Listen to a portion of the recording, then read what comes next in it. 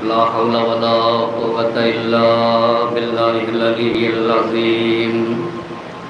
أعوذ بالله من الشيطان اللعين الرجيم. بسم الله الرحمن الرحيم. الحمد لله رب العالمين. الصلاة والسلام على أشرف الأنبياء والمرسلين خاتم النبيين سيدنا ومولانا أبي القاسم محمد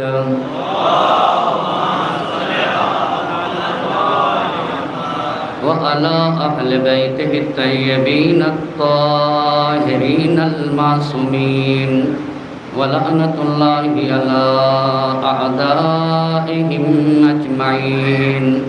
أما بعد فقد قال الله سبحانه تبارك وتعالى في كتابه الحكيم وقوله الحق. بسم الله الرحمن الرحيم. التائبون العابدون الحامدون السائحون الراكعون الساجدون الآمرون بالمعروف والناهون عن المنکر. صلوات پڑھتے پر محمد.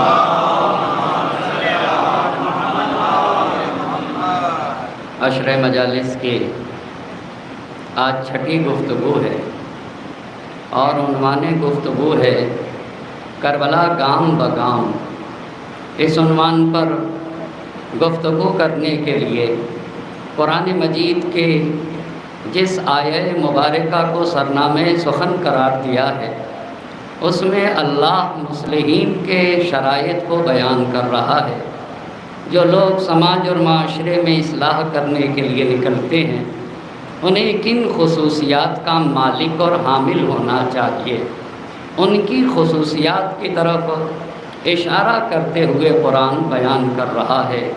التائبون، مصلحین کی پہلی شرط یہ ہے کہ وہ اپنے خالق اور مالک سے جڑے ہوئے ہوتے ہیں، آب توبہ سے اپنے وجود کو پاک و پاکیزہ کرتے ہیں.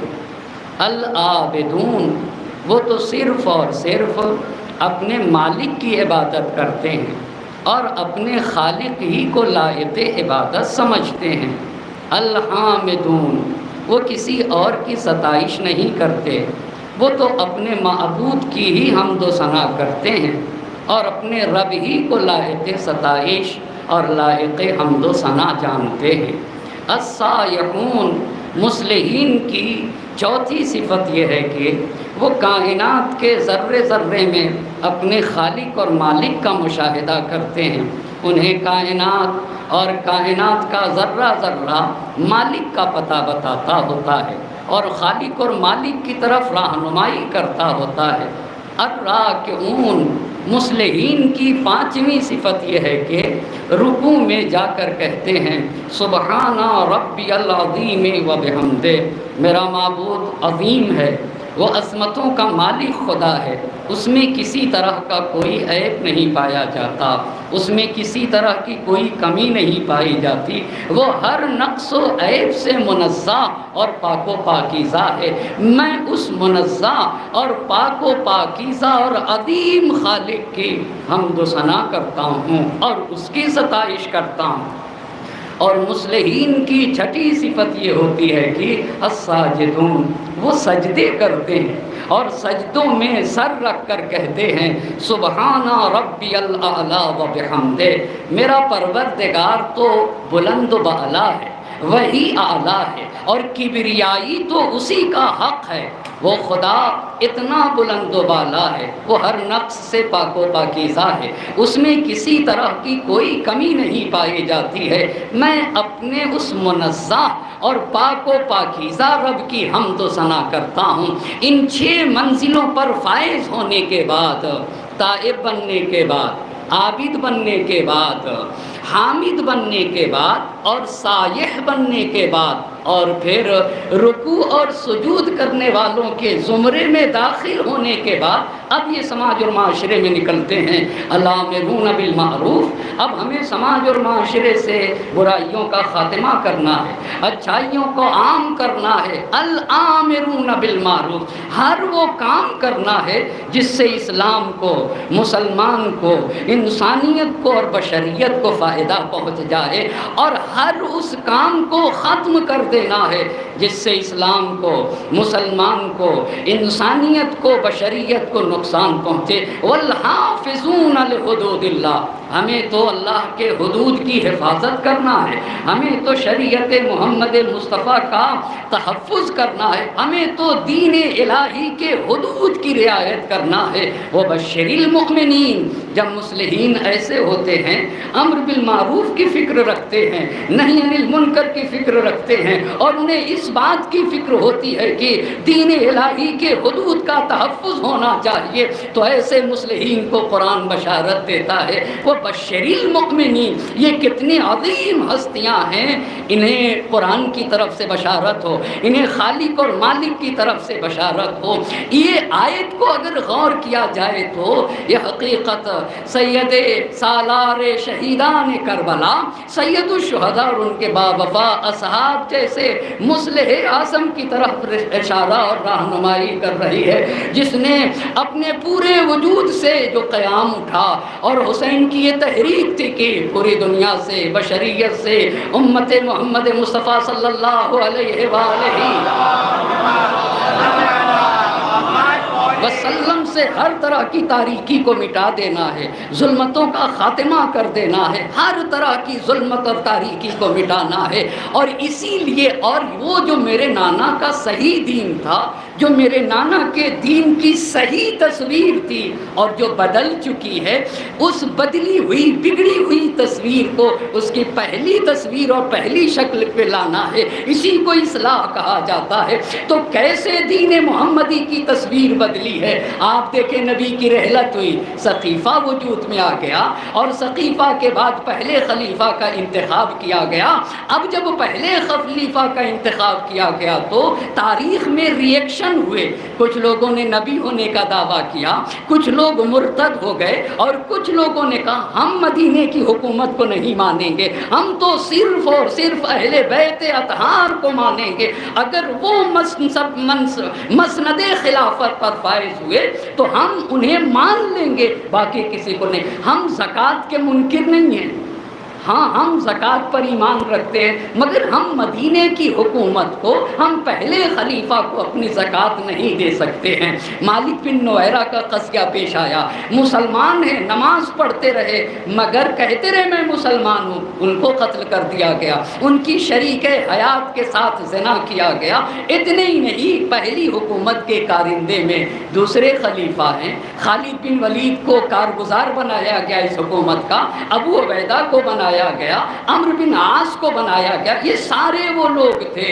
اور اس کے بعد بھی ان تمام چیزوں کے باوجود امیر المومنین علی علیہ السلام نے دین حق کی نصرت کے لیے اس کے باوجود بھی لمحہ بلمحہ حاکموں کی مدد کرتے رہے۔ حقیقت میں حکمراں کی مدد نہیں تھی، دین مبین اسلام کی نصرت تھی، وہ دین مبین اسلام کی نصرت تھی۔ یہ الہی رہنما کا شیوا ہوا کرتا ہے۔ یہاں تک گفتگو کل کی تھی، لیکن آج کی گفتگو جو چند عظیم باتوں کو آپ کے درمیان بتانا چاہوں گا۔ دوسرے خلیفہ کا تقرر کیسے ہوا، بہت توجہ کریے گا۔ پہلے خلیفہ کے تقرر کی طرف گفتگو ہو چکی ہے کہ سقیفہ بنا، پر دوسرے خلیفہ کا تقرر کیسے ہوا، یہ پہلی بات۔ دوسری بات یہ ہے کہ جب دوسرے خلیفہ آئے تو ان کے یہاں حکومت کا نظام کیا تھا، انہوں نے کیا کیا چیزیں ایجاد کی ہیں، بہت توجہ کریے گا، اور بڑی عظیم باتوں کو آپ کی خدمت میں پیش کرنا چاہوں گا۔ پس پہلی بات، دوسرے خلیفہ کا تقرر کیسے ہوا، یہ پہلی چیز جاننا چاہیں گے۔ دوسری چیز یہ جاننا چاہیں گے دوسرے خلیفہ کے زمانے میں حکومت کا سسٹم اور نظام کیا تھا، یہ دوسری بات۔ اور تیسری بات یہ بتانا چاہوں گا کہ خود دوسرے خلیفہ کے زمانے میں امیر المومنین علی علیہ السلام کا کردار کیا رہا۔ چوتھی بات یہ بتانا چاہوں گا کہ دمشق کیسے فتح ہوا، 5ویں بات یہ بتائیں گے انشاءاللہ کہ عراق کیسے فتح ہوا، اور 6ٹھی بات یہ بتانا چاہوں گا کہ ایران کیسے فتح ہوا، اور پھر کوفہ اور بصرہ کا وجود کیسے آیا، تاکہ اب امیر المؤمنین جب منصب خلافت پر فائز ہوں گے تو کوفے کو مرکز حکومت بنائیں گے، پر ابھی رسول خدا کے زمانے میں کوفے کا وجود نہ تھا۔ اتنی باتوں کو آپ کی خدمت میں ترتیب سے بتانا چاہوں گا۔ پہلی بات کیا کہی؟ پہلی بات کہ دوسرے خلیفہ کا تقرر کیسے ہوا، دوسری بات یہ عرض کروں گا کہ دوسرے خلیفہ کے ہاں حکومت کا نظام کیا تھا، اور تیسری بات یہ بتانا چاہوں گا کہ ان کے زمانے میں امیر المومنین کا کردار کیا رہا، پھر کیسے دمشق کو فتح کیا گیا، پھر کیسے عراق کو فتح کیا گیا، اور کیسے ایران فتح ہوا، اور کس طرح سے کوفے اور بصرہ 2 شہر وجود میں آئے، اور پھر امیر المومنین اپنے زمانے میں آ کر کوفے کو مرکز خلافت بناتے ہیں۔ بس عزیزان محترم، جب سقیفہ وجود میں آئی ہے نا، تو یہ جو دوسرے خلیفہ تھے یہ امیر المومنین کے دروازے پر جا کر اصرار کرتے تھے امیر المومنین سے کہ آپ ابو بکر کے ہاتھوں پر بیعت کیجئے۔ بہت توجہ کرنے کی ضرورت ہے، اور اتنا زیادہ اصرار کرتے تھے تو امیر المومنین ان سے ایک جملہ فرمایا کرتے تھے، تم ان کے کام کو مضبوط کرو، تم ان کے کام کو پائیدار کرو، تم انہیں خلیفہ بناؤ، ان کے لیے کوشش کرو تاکہ یہ تمہاری کوشش کو کل تمہارے سپرد کر دیں۔ اسی وقت سقیفہ میں امیر المومنین نے یہ بات کہی تھی، تم انہیں خلیفہ بناؤ اور یہ تمہیں خلیفہ بنائیں گے۔ جو پیشن گوئی سقیفہ میں امیر المومنین نے کی ہے نا، اب جب ابو بکر حالت نظام میں تھے اور حالت احتضار میں، تو پہلے خلیفہ کے جان نکل رہی تھی، تیسرے خلیفہ ان کے سراہنے آ کر بیٹھ گئے۔ بہت توجہ کریے گا، عیادت کے لیے تیسرے خلیفہ آئے، بڑا گہرا ربط ہے۔ پہلے خلیفہ نے پہلے خلیفہ کو دوسرے خلیفہ میں بنایا، اس لیے کہ انہوں نے سب سے پہلے ان کے ہاتھ پر ہاتھ رکھ کے کہا تھا کہ آپ ہی خلیفہ ہوں، سقیفہ پڑھ چکا ہوں نا۔ بس ترتیب کو دیکھیے گا، دوسرے خلیفہ آپ کسے بنانے جا رہے ہیں؟ اب پہلے خلیفہ دوسرے خلیفہ کو بنانے جا رہے ہیں۔ اچھا، اب جہاں تک توجہ کریے گا، اب یہاں پہ توجہ کرنے کی ضرورت ہے کہ جب یہ حالت احتضار میں ان کی روح نکل رہی تھی تو تیسرے خلیفہ سراہنے آ گئے، جب تیسرے خلیفہ سراہنے آ گئے تو پہلے خلیفہ نے تیسرے خلیفہ سے یہ کہا کہ میری وصیت نامہ لکھو، میرا وصیت نامہ لکھو۔ بہت توجہ کرے گا میرا مجمع، کہا لکھو بسم اللہ الرحمن الرحیم۔ کس سے کہا ہے پہلے خلیفہ نے؟ تیسرے خلیفہ سے کہا میرا وصیت نامہ لکھو، کہا ایسے لکھو بسم اللہ الرحمن الرحیم، بسم اللہ لکھوایا، اور لکھو کہ یہ وہ وصیت ہے جو ابو قحافہ کے بیٹے ابو بکر کی طرف سے تمام مسلمانوں کے لیے ہے۔ ابو قحافہ کے بیٹے ابو بکر کی طرف سے تمام مسلمانوں کے لیے وصیت ہے۔ اتنا جملہ کہا اور ابو بکر پہ غشی طاری ہو گئی، پہلے خلیفہ بے ہوش ہو گئے، اور بے ہوش جب ہوئے تو اپنی وصیت کو جاری نہ رکھ سکے، لیکن تیسرے خلیفہ نے ان کی وصیت کو جاری رکھتے ہوئے اتنا لکھا، پہلے خلیفہ کی طرف سے لکھا کہ میں تم لوگوں کے درمیان عمر ابن خطاب کو اپنا جانشین بناتا ہوں۔ یہ جملہ کس نے لکھا تھا؟ تیسرے خلیفہ نے۔ کس کی طرف سے لکھا تھا؟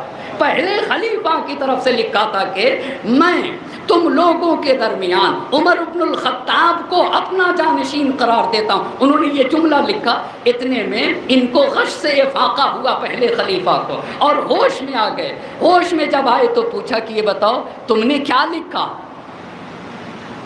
یہ بتاؤ تم نے کیا لکھا؟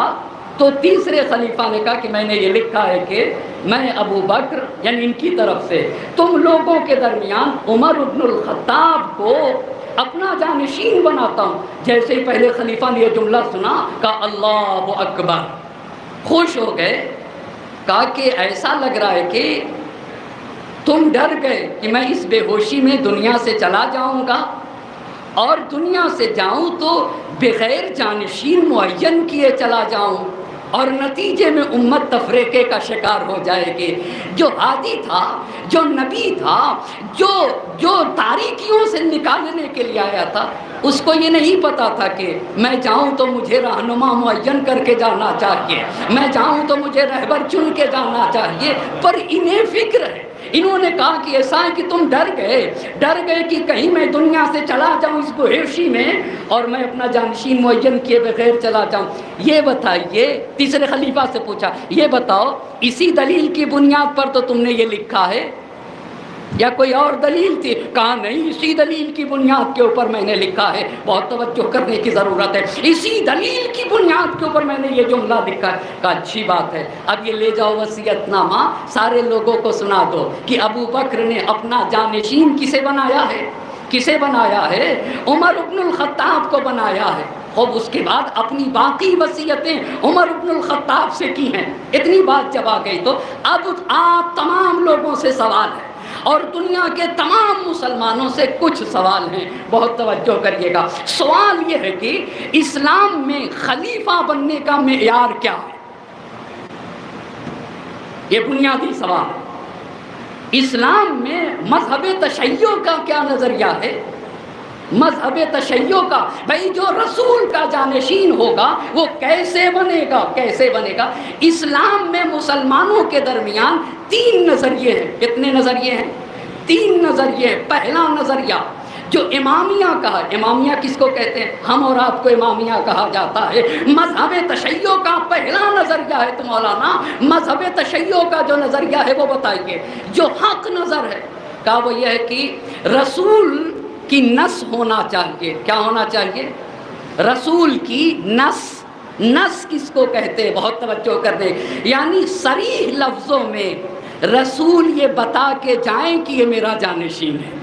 بہت توجہ کریے گا، صاف نس کس کو کہتے ہیں مولانا؟ یہ علم کی زبان ہے، یہ علم کی زبان ہے۔ نس سے پیغمبر چاہیے خلیفہ بننے کے لیے، پیغمبر کا نس کا مطلب کیا ہوتا ہے؟ یعنی نبی صاف بتا کے گئے ہوں کہ میرے بعد میرا جانشین یہ ہے، یہی نظر حق ہے۔ یہاں تک بات ہو گئی۔ اچھا، سوال یہ ہے کہ میں حضرت ابو بکر سے پوچھنا چاہتا ہوں اور آپ تمام لوگوں کا یہی سوال ہے حضرت ابو بکر سے کہ یہ بتائیے اسلام کے کس قانون کی بنیاد پر عمر بن الخطاب کو خلیفہ بنایا؟ کس قانون کی بنیاد پر؟ وہ اسلام کا قانون کیا ہے؟ اور آپ کو بھی جہاں جہاں پوچھنا ہوگا اسی پس شیعہ کا معیار کیا ہوا مذہب تشیع کا؟ کہ نبی کی نس ہونا چاہیے۔ نبی کی نس یعنی کیا مطلب؟ بتائیں کیا مطلب؟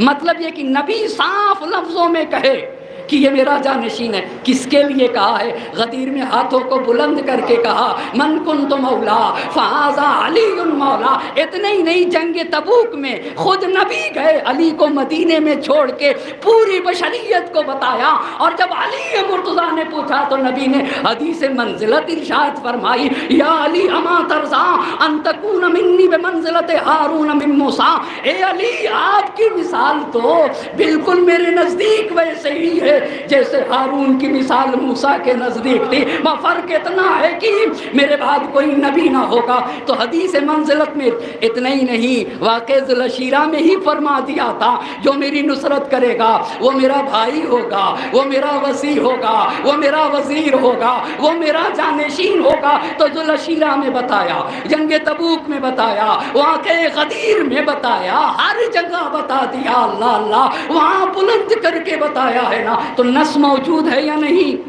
آپ بتائیے، نس موجود ہے یا نہیں؟ کس رسول نے بتایا؟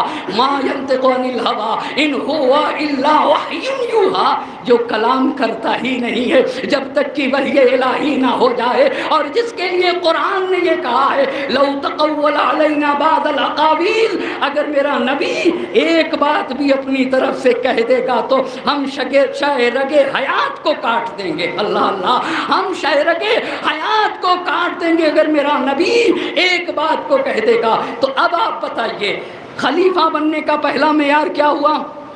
پہلا معیار نس ہونا چاہیے نا۔ آہستہ آہستہ اپنے ذہنوں میں محفوظ رکھتے جائیے گا۔ پس نس ہوئی، یہ کس کا نظریہ ہے؟ یہ کس کا نظریہ ہے؟ یہ مذہب حقہ اور مذہب امامیہ کا نظریہ۔ مسلمانوں کا ایک گروہ کہتا ہے کہ اہل حل و عقد بیعت کرے. کون کون؟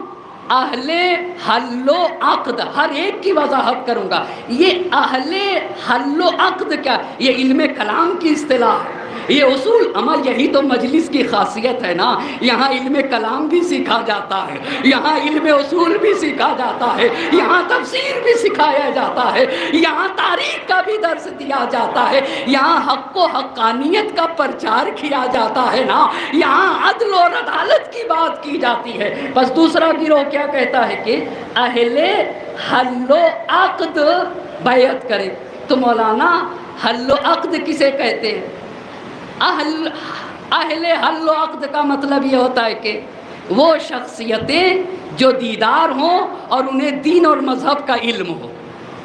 کیا کہا؟ وہ شخصیتیں جو دیدار ہوں اور کیا ان کو عطا ہو؟ دین اور مذہب کا علم ہو. بس یہ دوسرا معیار. اہل حل و عقد بیعت کرے. یہ بتائیے دوسرے خلیفہ میں پہلا معیار ہے؟ جی پہلا معیار بھی نہیں. دوسرا بھی معیار نہیں. آئیے تیسرا معیار یہ کہتا ہے کہ مسلمانوں کا ایک گروہ کہتا ہے کہ اہل حل و عقد کا اتفاق ہونا چاہیے. کیا اتفاق؟ یعنی وہ گروہ جو پڑھا لکھا ہے، وہ گروہ جو دین کو جانتا ہے اور سماج اور معاشرے میں اثر انداز بھی ہو، اس کو کہتے اہل حل و عقد. ان کا اتفاق ہو جائے.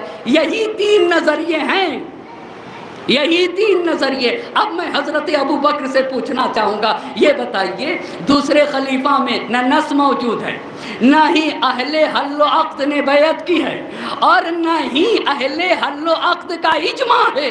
اب آپ بتائیے اسلام کے کس قانون کی بنیاد پر ان کو خلیفہ بنایا گیا؟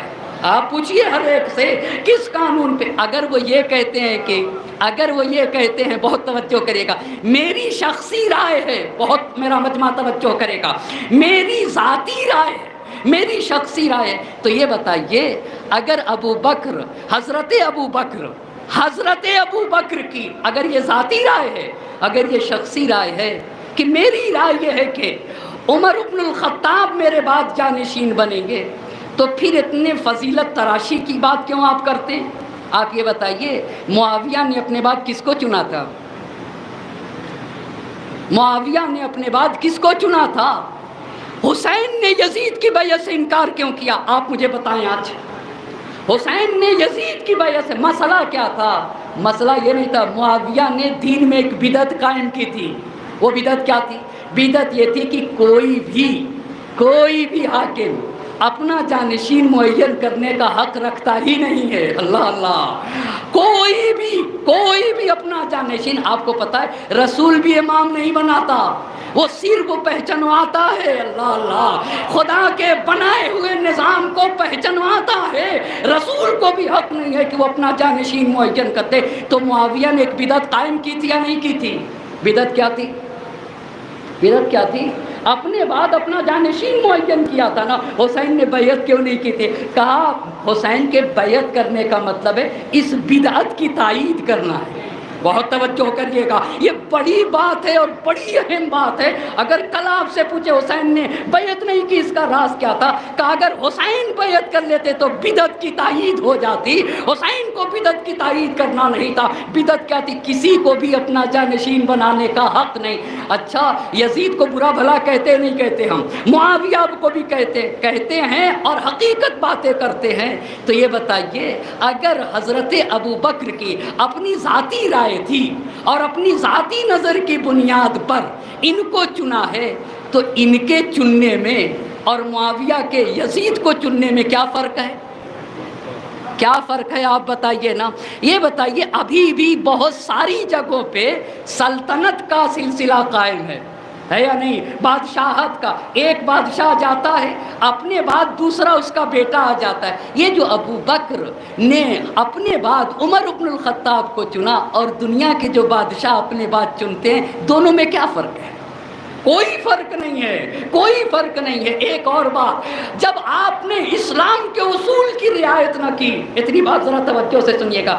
یہ بتائیے جب آپ نے ایک مثال دوں تو بات واضح ہو جائے گی. ایک صلوات کا سہارا دے بر عظمت محمد.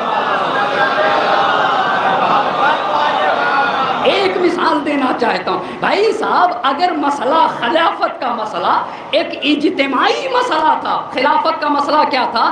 مولانا آپ ذرا یہ بتائیے، اجتماعی، آپ جانتے ہیں انہوں نے خلیفہ خود بنایا اور کہتے ہیں کہ ان کی اطاعت واجب ہے، خلیفہ انہوں نے بنایا اور کہتے ہیں کہ ان کی مخالفت حرام ہے۔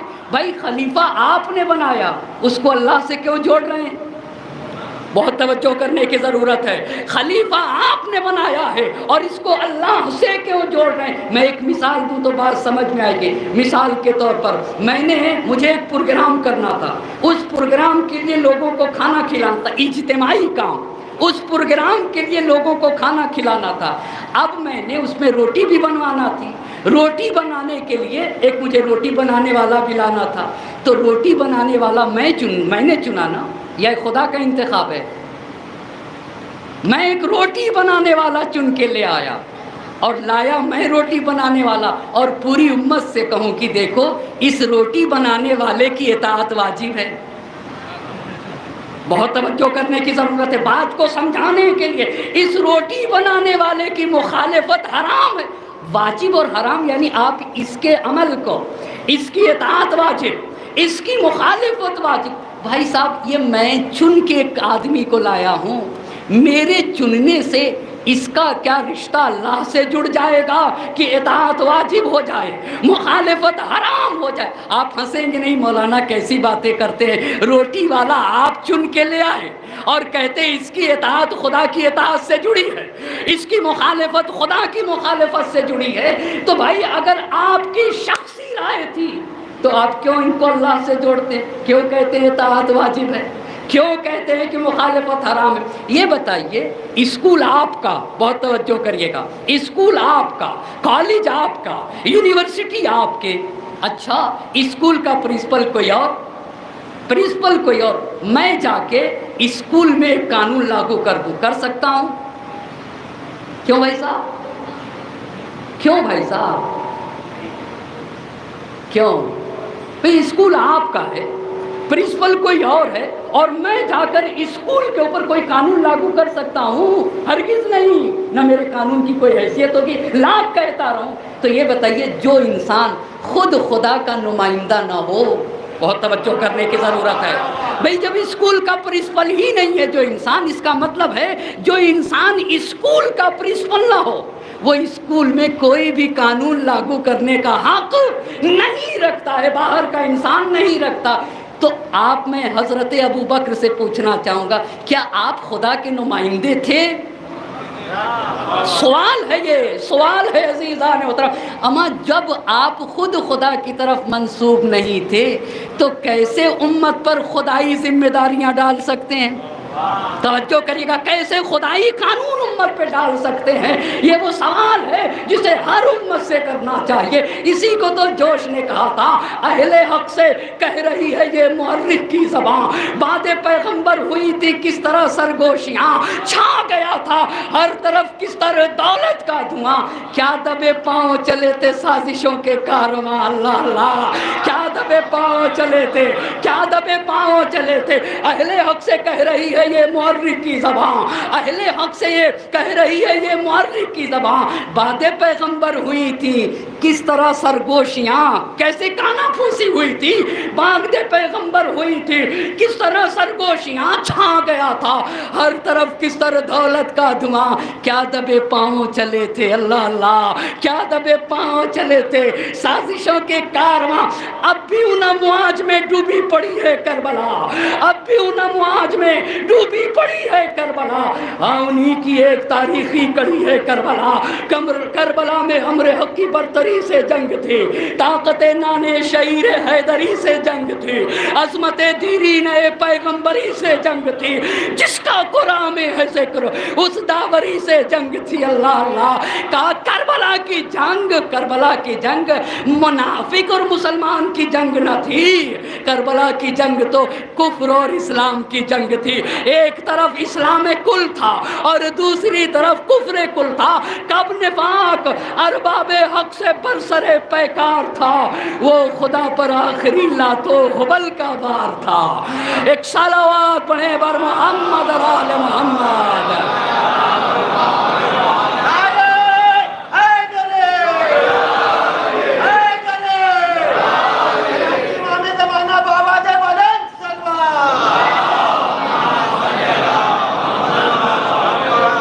کربلا اب بھی حکومت کو نگل سکتی ہے، کربلا تخت کو تلووں سے، ایک صلوات پڑھتے پر محمد اور آل محمد۔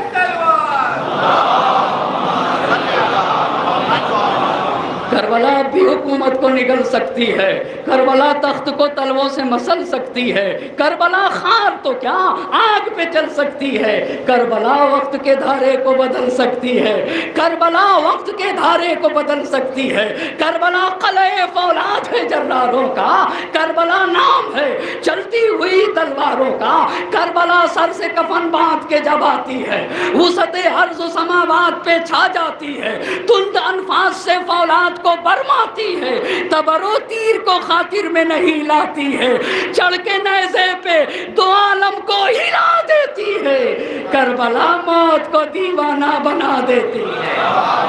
ایک صلوات پڑھیں گے بر محمد و آل محمد۔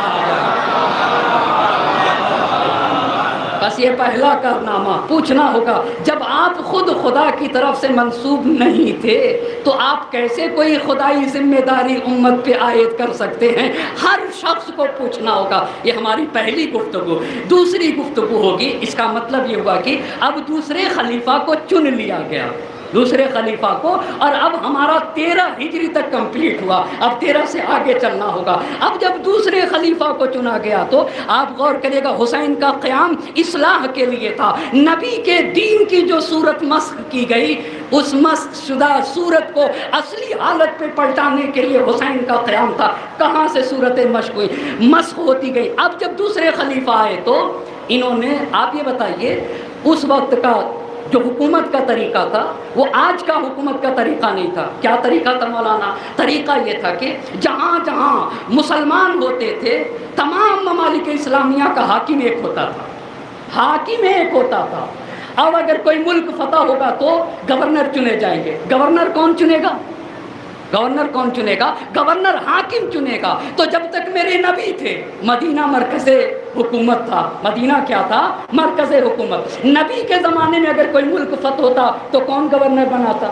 نبی پاک بناتے۔ خوب نبی کے بعد مرکز حکومت مدینہ پہ جس کا قبضہ ہوا وہ پہلے خلیفہ، پہلے خلیفہ کے بعد دوسرے خلیفہ آ گئے۔ جب دوسرے خلیفہ آئے تو انہوں نے جو نظام حکومت قائم کیا وہ کیا ہے؟ انہوں نے پہلی چیز، بہت توجہ کریے گا، ایک بات بھی پورے تاریخی ثبوت سے آپ کی خدمت میں عرض کر، انہوں نے پہلا کہا کہ مرکز حکومت میں، توجہ کریے گا، مرکز حکومت کہاں پہ ہے؟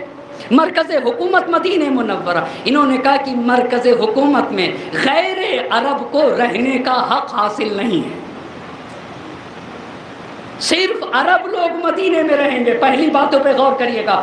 آپ دیکھ رہے ہیں کیا نبی نے روم کے رہنے والے صہیب کو بلایا تھا، فارس کے رہنے والے سلمان کو بلایا تھا، حبشہ کے رہنے والے بلال کو بلایا تھا، دنیا کو سمیٹا تھا اپنے وجود کے سائے کے تلے۔ مگر جب انہوں نے آئے تو کہا کہ غیر مدینہ کو مدینہ میں رہنے کا حق نہیں، صرف 2 لوگوں کو اجازت دی۔ کتنے لوگوں کو؟ 2 لوگوں کو اجازت دی، ایک شوش اور شوستر۔ شوش اور شوشتر ایران کا ایریا۔ ایران کے ایک بادشاہ جو مسلمان ہوئے تھے ان کا نام تھا ہرمزان۔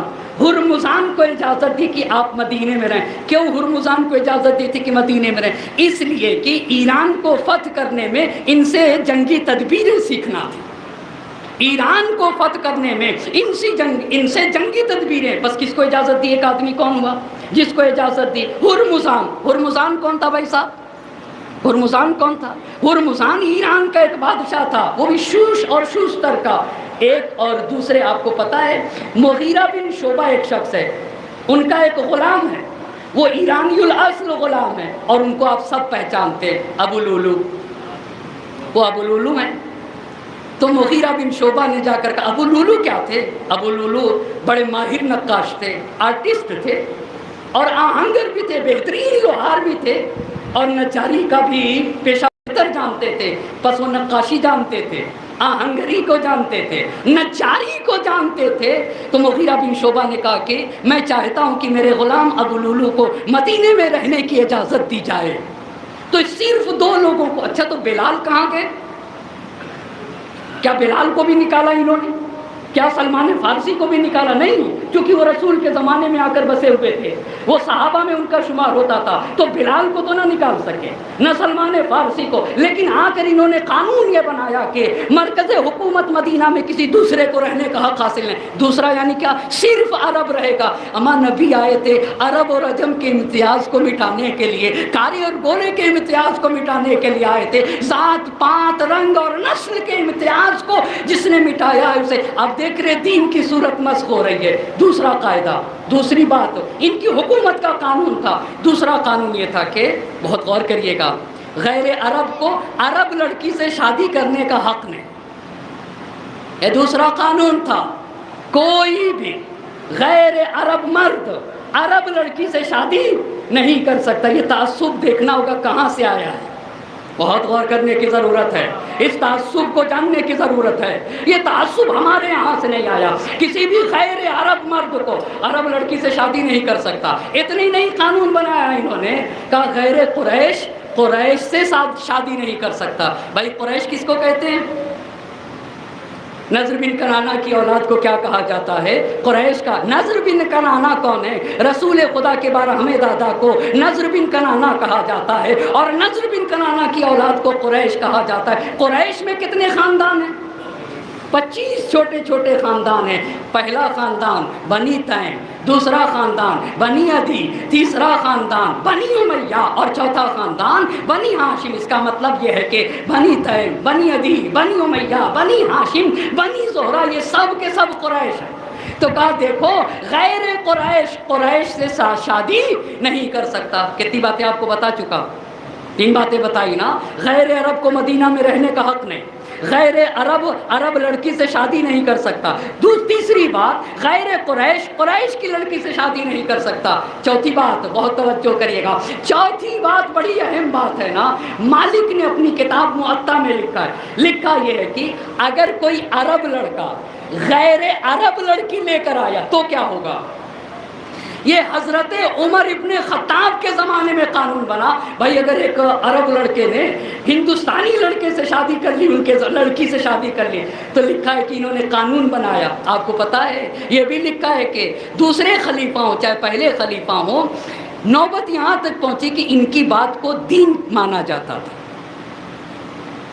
مسئلہ تو یہی ہے، میں کسی کو چنوں، اما میں ایک روٹی بنانے والے کو لے کر آؤں اور روٹی بنانے والا کہے تو اس کی بات اللہ کی بات ہو جائے گی. اس پہ توجہ کریے گا. ہوا کیا تاریخ کے ساتھ؟ ایک عام انسان کو میں چن لوں اور چننے کے بعد کہوں کہ یہ خلیفہ، تو بھائی میرا چنا ہوا انسان، آپ کہیں کہ چلیے اس کی بات جس کو آپ نے چنا ہے، میں جس کو چن کے لائے، آپ اتنا کہہ دیجیے اس کی بات آپ کی بات ہے. لیکن ایک انسان کو میں چنوں اور آپ کہیں اس کی بات اللہ کی بات ہے، آپ کہیں اس کا دین اللہ کا دین ہے، آپ کہیں اس کی شریعت اللہ کی. بھائی صاحب چنا آپ نے، بات کیسے اللہ کی ہو جائے گی؟ بات کیسے دین کی ہو جائے گی؟ بات کیسے شریعت کو ہوگی؟ تو انہوں نے کہا کہ اگر کوئی عرب لڑکا غیر عرب لڑکی سے شادی کرتا اور بچہ پیدا ہوگا، اگر بچہ عرب کی زمین پر پیدا ہوگا تب تو اپنے باپ سے میراث پائے گا، اور اگر کہیں ننیال میں پیدا ہو گیا، کہ اگر ددیال میں پیدا ہوا تب باپ سے میراث پائے گا، اور اگر ننیال میں پیدا ہوا تو میراث. دین بگڑ رہا ہے نہیں بگڑ رہا ہے؟ مگر میراث پانے کے معیار یہ ہیں، مگر میراث پانے کے اصول یہ ہیں. کیا ہے؟ دین بگڑ رہا ہے نا. اور آگے آپ کو لے چلنا چاہتا ہوں. کتنی باتیں بتا دی؟ کتنی باتیں؟ 4 باتیں. قریش میں بنی ہاشم ہے یا نہیں؟ جی اچھا قریش میں انصار داخل ہیں یا نہیں؟ اب تو آپ کہہ سکتے ہیں نا انصار قریش میں داخل نہیں ہے. کیوں؟ انصار کس قبیلے سے ہیں بھائی صاحب؟ انصار کس قبیلے سے؟ آج میرے مجمع کو یہ بات بھی سمجھ میں آ جائے گی. یہ جو میرے 5ویں امام اور یہ میرے جو 6ٹھے امام ثقیفہ بنی ساعدہ پہ رات کی تاریکی میں جا کر ان کے سرانے 2 روٹیاں دیتے تھے. یہ جو لوگ غریب تھے یہ کس قبیلے کے تھے اور کیوں یہ نوبت ان کی پہنچی تھی؟ مگر امام کے کردار کو خدا کی قسم اما یہ دین کو زندہ کرنے کے لیے آئے ہیں، یہ مذہب کو زندہ کرنے کے لیے آئے ہیں. یہ اپنی جان دیتے ہیں مگر دین کا تحفظ کرتے ہیں، مذہب کو بچایا کرتے ہیں، شریعت کے تحفظ کے لیے نکلتے ہیں. اچھا تو یہ بتائیے کہ انصار قریش میں ہیں یا نہیں ہیں؟ ہیں یا نہیں ہیں؟ قریش میں انصار کسے کہتے ہیں؟ انصار کسے کہتے ہیں؟ آپ ذرا ایک مرتبہ بتائیے۔ مدینے میں 2 قبیلے تھے۔ کتنے قبیلے تھے؟ 2 قبیلے۔ ایک قبیلے کا نام اوس اور دوسرے قبیلے کا نام خزرج۔ یہی 2 قبیلے جب مسلمان ہوئے تو انصار کہلائے۔ یہی 2 قبیلے جب مسلمان ہوئے تو انصار کہلائے۔ اچھا، پانچواں قانون جو انہوں نے بتایا، کہا کہ حکومت میں کوئی بھی پوسٹ ہو، کرسی ہو، عہدہ ہو، سپہ سالاری ہو، گورنری کا عہدہ ہو، صرف اور صرف قریش کو ملے گا، یعنی انصار کو۔ اچھا تو کیا بنی ہاشم تو قریش میں ہے نا، بنی ہاشم کو ملے گا کہ نہیں؟ کہا قریش میں بھی بنی ہاشم کو نہیں دیں گے۔ ایک ایک بات پہ توجہ کرنے کی ضرورت ہے۔ کس کو ملے گا بھائی صاحب؟ صرف قریش کو۔ قریش میں بنی ہاشم بھی آتے ہیں، کہا بنی ہاشم کو نہیں ملے گا۔ انصار کو، کہا انصار کو تو بالکل نہ ملے گا۔ کتنے برس انہوں نے حکومت کی ہے؟ کتنے برس حکومت کی ہے؟ 10 برس۔ ایک صلوات پڑھتے بر محمد آل محمد۔ اچھا، اتنی بات ہو گئی نا، اتنی بات، بس 2 باتیں آپ کو بتا سکا۔ اب آپ دیکھیں دین بدل رہا ہے۔ دین کیا ہو رہا ہے؟ دین بدل رہا ہے، دین کی صورت مسخ کی جا رہی ہے۔ اب میرے امام امیر المومنین علی ابن ابی طالب علیہ السلام کا کیا کردار ہے؟ اما کیا بات جوش نے کہی ہے، خدا کی قسم۔ اگر ایک حسین، آپ کو میں ایک بات کہنا چاہوں گا، اما حسین جب مدینے سے نکلے اور امام عالی مقام مکے میں جب آپ نے قیام کیا تو زہرا کا لال مکے میں ہے مگر بصرے میں انقلاب آ رہا ہے۔ زہرا کا لال حسین مکہ مکرمہ میں ہے مگر کوفے میں بدلاؤ آ رہا ہے۔ آج بھی زہرا کا لال حسین کربلا کی سرزمین پہ آرام سے اپنے مزار اقدس میں سویا ہوا ہے مگر پوری دنیا میں ایک انقلاب ہے، پوری دنیا میں ذکر حسین ہے، پوری دنیا میں نام حسین ہے۔ کیوں ایسا؟ حسین کہتے ہی اسے ہیں جو روحوں میں انقلاب لے آئے نا، اسی کو تو حسین کہا جاتا ہے۔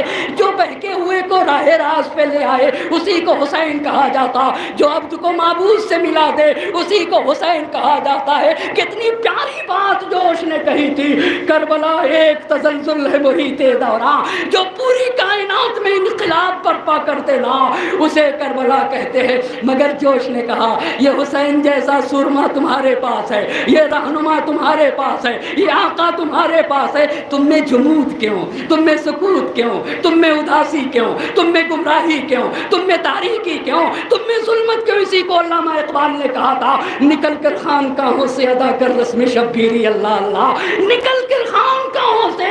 ارے تم میدان عمل، مردان عمل ہو، میدان عمل میں نکلنا چاہیے، تمہارے ارمان کو آگ لگنا چاہیے۔ کربلا ایک تزلزل ہے محیط دوراں، کربلا خرمن سرمائے پہ ہے بر کے تپاں، جو مالداری کو اپنے قدموں سے روت دے اسے کربلا کہا جاتا ہے۔ کربلا طبل پہ ہے ضربت آواز ازاں، باطل کے خلاف اعلان حق کو کربلا کہا جاتا ہے۔ کربلا جرأت انکار ہے پیشے سلطان، ظالموں کے خلاف جو اٹھنا سکھا دے اسے کربلا کہا جاتا ہے۔ ستمگروں کے خلاف جو بولنا سکھا دے اسے کربلا کہا جاتا ہے۔ جہاں یزیدیت پنپ نہ سکے اسے کربلا کہا جاتا ہے، جہاں فرعونیت سر اٹھا نہ سکے اسے کربلا کہا جاتا ہے، جہاں خلاف حق بات کی کوئی گنجائش نہ ہو اسے کربلا کہا جاتا ہے۔ فکر حق سوز یہاں کاش نہیں کر سکتی، کربلا تاج کو برداشت نہیں کر سکتی، کربلا تاج کو برداشت نہیں کر سکتی، فکر حق سوز یہاں کاش نہیں کر سکتی، کربلا تاج کو برداشت نہیں کر سکتے۔ ایک صلوات پڑھے بر محمد اور آل محمد۔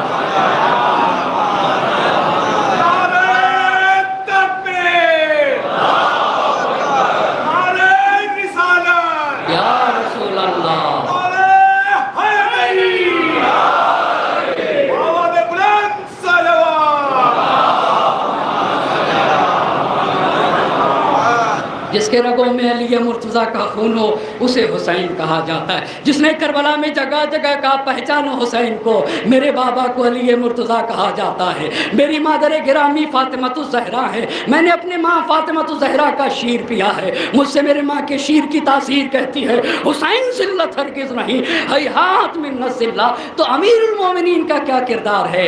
امیر المومنین کا آپ کو پتا ہے جانے قربان ہو جائے کیسے حق کا دفاع کیا جاتا ہے، کیسے دین کا دفاع کیا جاتا، کیسے مذہب کا دفاع کیا جاتا، کیسے انسانیت اور شریعت محمد مصطفیٰ کا دفاع کیا جاتا. اس کو علماء اہل سنت کی 10 سے زیادہ کتابوں نے نقل کیا، 10 سے زیادہ کتاب. سنن کبریٰ نے نقل کیا، ذخائر العقبہ نے نقل کیا، فخر رازی نے نقل کیا ہے، تفسیر نشاپوری نے نقل کیا ہے، اور نہ جانے کتنی کتابوں میں نقل کیا ہے. جانے قربان ہو جائے امیر المومنین علی بن ابی طالب علیہ السلام کی ذات پہ. آپ کو پتا ہے کربلا جانے کے آداب میں سے ایک ادب یہ کہتا ہے کہ پہلے والد کی قبر پہ جانا ہوگا، پھر پسر کی قبر پہ جانا ہوگا. یہ ادب ہے، پہلے قبر امیر المومنین پہ پہنچو، پھر سید الشہداء کی قبر پہ پہنچنا ہوگا. لہٰذا امیر المومنین کے بغیر ذکر سید الشہداء ناقص رہ جائے گا، تمام رہ جائے گا. لکھا ہے تمام علماء کی کتابوں میں کہ ایک خاتون نے شادی کیا اور 6 مہینے کے بعد اس کے یہاں بچہ پیدا ہوا. اب جب 6 مہینے کے بعد بچہ پیدا ہوا تو اس خاتون کو دوسرے خلیفہ کے پاس لایا گیا. اب انہوں نے کہا اس نے زنائے محسنہ کیا ہے. کیا کہہ دیا؟ یعنی شوہردار عورت اگر زنا کر لینا، اس زنا کو کیا کہا جاتا ہے؟ زنائے محسنہ. اس کی سزا کیا ہے؟ سنگ سار کے گڈھا کھود کے اس گڈھے میں اسے ڈالا جائے گا اور پھر پتھر برسائے جائیں گے. کہ اس نے زنائے محسنہ کیا، 6 مہینے میں بچہ پیدا ہو جائے گا، اس نے زنائے محسنہ کیا، اسے سنگ سار کرنا چاہیے. اس خاتون کی بہن ساتھ میں تھی، دوڑی دوڑی بارگاہ امیر المومنین میں. امیر المومنین مدد کی درخواست ہے. اس نے مولا سے مدد کی گہار لگائی، کہا میری بہن کو سنگسار کیا جانے کا مسئلہ ہے، آپ مدد کریے. امیر المومنین نے ایک شخص کو بھیجا، دوسرے خلیفہ کے پاس. بھیجنے کے بعد امیر المومنین نے کہلوایا کہ کہہ دو کہ اس نے کوئی خطا نہیں کی ہے، اس کا کوئی جرم ہی نہیں ہے، یہ تو طیب و طاہر خاتون ہے. تو دوسرے خلیفہ نے پوچھا یہ بتائیے پوچھنے والا رہنما ہوتا ہے یا بتانے والا؟ ایک صلوات پڑھے بر محمد اور آل محمد. آپ بتائیں نا بھائی، قرآن نے ایک عقلی قاعدہ بتایا، افمن کان یہدی الی الحق. یہ بتاؤ جو راستہ بتاتا ہے وہ رہنما ہوگا یا جو راستہ پوچھتا ہے؟ آپ بتائیں، اس میں تو کہیں جانے کی ضرورت نہیں نا. ہر کوئی اپنے عقل سے کی طرف مراجعہ کر لے، رجوع کر لے، اپنے عقل سے پوچھ لے. بھئی راستہ پوچھنے والا رہنما نہیں ہوا کرتا ہے، راستہ بتانے والا رہنما ہوتا ہے. انہوں نے پوچھ لیا کہ یہ بتائیے دلیل کیا ہے کہ اس کا کوئی جرم نہیں. تو امام نے 2 آیت پڑھی. امام نے کتنی آیت پڑھی؟ 2 آیت پڑھی جانے قربان. آپ کو پتا ہے منطق میں ایک قاعدہ ہے. اچھا مولانا منطق بھی آج بتائیے. جی ہاں منطق بھی پڑھا جائے گا. یہ تو محسن الامین علامہ امین محسن الامین نے لبنان سے کہا ہے کہ یہ مجلسوں کی برکت ہے جہاں ایک وقت میں کئی طبقات کے لوگ رہتے ہیں اور سب کو ایک ساتھ منطق بھی پڑھایا جاتا ہے، علم کلام بھی پڑھایا جاتا ہے، تفسیر بھی سکھایا جاتا ہے، اخلاق کا بھی درس دیا جاتا ہے اور تفسیر کا بھی درس دیا جاتا ہے، اور ساتھ ساتھ تہذیب نفس کی بات کی جاتی ہے، عزت کی بات کی جاتی ہے، کرامت کی بات. تو منطق میں ایک قاعدہ ہے دلالت. اسے کیا کہا جاتا ہے؟ دلالت. ایک مثال دوں تو سب کو بات، ایک چیز کا علم ہو اور اس کے علم سے دوسرے چیز کا علم ہو جائے، اسے دلالت کہتے ہیں. کیا کہا؟ ایک چیز کے علم سے دوسری چیز کا علم ہو جائے تو اسے دلالت کہتے. مولانا ہمیں ایسے بات سمجھ میں نہیں آئے گی، مثال سے واضح کریے. مثال کے طور پر میں یہاں تھا، میں نے دیکھا کہ وہ دھواں اٹھ رہا تو میں نے صرف دھواں دیکھا، آگ کو تو نہیں دیکھا نا. آپ بتائیے، آگ کو نہیں دیکھا، دیکھا کیا ہے؟ دھواں. پر دھوئیں کو دیکھ کر آگ کا علم ہو گیا، فوراً کہہ دیا آگ لگ گئی ہے وہاں پہ. کیوں آپ نے کہہ دیا؟ کہا بھائی آگ کے بغیر دھواں نہیں ہوتا ہے. اللہ اللہ، آگ کے بغیر دھواں. اما جا رہا تھا راستے سے، دیکھا ایک انسان کراہ رہا ہے. تو اب آپ بتائیے اس کے کراہنے سے آپ کیا کہیں گے؟ اس کو کوئی تکلیف ہے. بھائی تکلیف تو آپ نے دیکھی نہیں, تکلیف تو آپ نے یا دیکھی ہے تکلیف نہیں دیکھی. ایک چیز کے علم سے دوسری چیز کا علم کراہ رہا ہے, تکلیف ہو گئی. آپ ڈرائیونگ کر رہے تھے, گاڑی چلا رہے تھے, دیکھا کہ بتی لال ہو گئی, تو آپ کو یہ ہوا کہ بتی لال ہے, پر آپ رک گئے. کیوں بھائی صاحب؟ ایک چیز کے علم سے آپ کو لال ہونے کا علم, مگر ایک دوسرا بھی علم ہے. یہ لال بتی صرف لال نہیں, کہہ رہے رک جاؤ یہاں کے اوپر, یہاں پہ رک جاؤ. اسے کیا کہا جاتا ہے؟ دلالت. ایک دلالت کو کہتے ہیں عقلی, دوسری دلالت کو کہتے ہیں طبعی, تیسری دلالت کو کہتے ہیں وسیع. اس کی وضاحت نہ کروں گا, مثال سے ہو گئی. ایک دلالت ہے علم اصول میں دلالت اشارہ. دو جملوں کو رکھیے تو اس کے رکھنے سے ایک تیسرا نتیجہ نکلے گا. مولا نے جس دلالت سے ثابت کیا, اسی تو کہتے بھائی صاحب رہنما بننے کے لیے قرآن آنا چاہیے, یا قرآن کا معنی و مفہوم پتہ نہ ہو رہنما بن جائے گا؟ آپ بتائیں نا بھائی, تفسیر قرآن نہ آئے رہنما بن جائے. رہنما کی ذمہ داری ہوتی کیا ہے؟ رہنما بن جائے. اما امت میں سب سے زیادہ جس کو علم ہو اس کو رہنما بننے کا حق ہے. پوچھنے والے کو رہنما بننے کا حق نہیں ہوا کرتا ہے, بتانے والے کو. مگر حق تو چڑھ کے بولتا ہے نا. آپ کا علت کیا ہے؟ میرے مولا نے بہت توجہ. کتنے دن پہ ولادت ہوئی تھی اس کے یہاں؟ 6 مہینے پہ ولادت ہوئی تھی نا. انہوں نے کہہ دیا زنا کر لیا, اللہ الیاذ باللہ. آپ بتائیے اگر امیر المومنین نہ ہوتے تو خون بہتا یا نہیں بہتا؟ جی ہاں, خون نہ حق بہ جاتا. آپ کو پتا ہے تاریخ سیاسی اسلام نے لکھا ہے کہ اتنی مرتبہ امام سے پوچھا ہے, دوسرے خلیفہ نے اتنی مرتبہ پوچھا ہے کہ اس کو بیان نہیں کیا جا سکتا. اور اگر لکھا جائے کہ کتنی مرتبہ پوچھا ہے تو ایک پوری کتاب بنے گی. اگر لکھا جائے کہ کتنی مرتبہ پوچھا ہے نا تو پوری کتاب. اما یہی دیکھ لیجئے, یہ علماء اہل سنت نے لکھا ہے. اور یہ بھی لکھا ہے کہ خدا سے دعا کرتے تھے. حضرت عمر ابن الخطاب, حضرت عمر, ہم مہذب لوگ ہیں, ہم تہذیب کے دائرے میں رہ کے باتیں کرتے ہیں, ہم تو کھلی کتاب پڑھتے, جو کتاب میں لکھا ہے بغیر کمی اور زیادتی کے بیان کر دیتے ہیں. ایک صلوات پڑھتے بر محمد اور آل محمد. ایک اور جاگتی ہوئی صلوات کا سہارا دے بر عظمت. اب گفتگو ہے دلالت اشارہ پہ. کس کے اوپر؟ دلال. آپ کو پتہ ہے خدا کی قسم مجلسوں کے معیار کو ہم ہی اور آپ بلند کر سکتے ہیں. ہم ہی اور آپ مجلسوں کے معیار کو بلند کر سکتے ہیں. اس سے بڑی دنیا کی کوئی یونیورسٹی نہ ہونا چاہیے جس میں اتنا عمیق اور اتنی گہری باتیں بتائی جائیں. سب سے عمیق جہاں, سب سے گہری باتیں.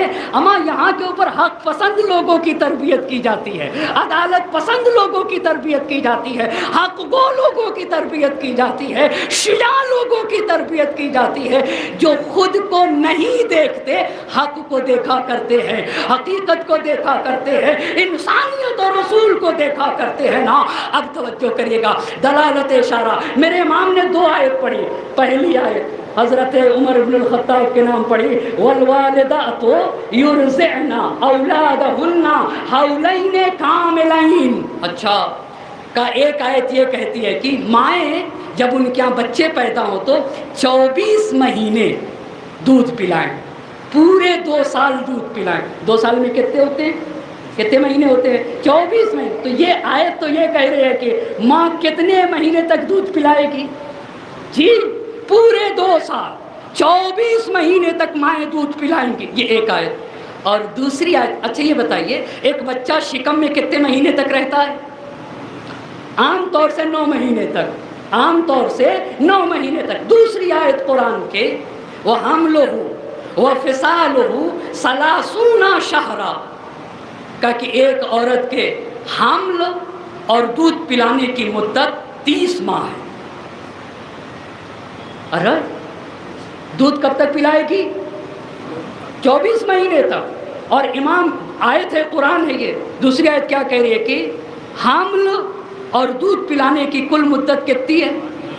کتنی ہے؟ 30 مہینے. آپ بتائیے 24 اور 30 کو سامنے رکھے مائنس کریے, کتنا بچتا ہے؟ 6. اب دو آیتوں کو اگر ملایا جائے تو یہ دو آیتیں کہتی ہیں کہ ایک شرعی بچہ زمین پر قدم رکھنے کے لیے شادی کے بعد 6 مہینے میں پیدا ہو سکتا ہے۔ 6 مہینے میں، اس کو کہتے ہیں امام۔ اللہ اللہ، اما جو خود بھی نورانی ہوتا ہے، بشریت کو تاریکیوں سے نکال دیا کرتا ہے، انسانیت کو تاریکیوں سے نکال دیا کرتا ہے نا۔ اچھا، جب یہ کہا تو ہمیشہ انہوں نے کہا 70 مرتبہ مشہور ہے، 70 مرتبہ مشہور۔ مشہور کس کو کہتے ہیں مولانا؟ اس کی بھی ڈیفینیشن کریے۔ 100 عالم ہوں اور جس کو 80% لوگ بیان کریں اسے مشہور کہا جاتا ہے۔ جس بات کو 80% لوگ بیان کریں نا اسے مشہور کہا۔ اما ایک بات کو 1-2 آدمی بیان کرے لیکن جسے 80% لوگ بیان کریں اسے مشہور۔ اچھا، وہ دعا تو بتائی نہیں، پہلے وہ دعا بتاؤں گا۔ ہمیشہ یہ دعا کرتے تھے، اللہم اعوذ باللہ من معضلۃ لیس لہا ابو الحسن۔ اے اللہ جب ابو الحسن نہ ہوا کریں تو کوئی مشکل مسئلہ میرے سامنے نہ آئے۔ اللہ اللہ اللہ اللہ اللہ۔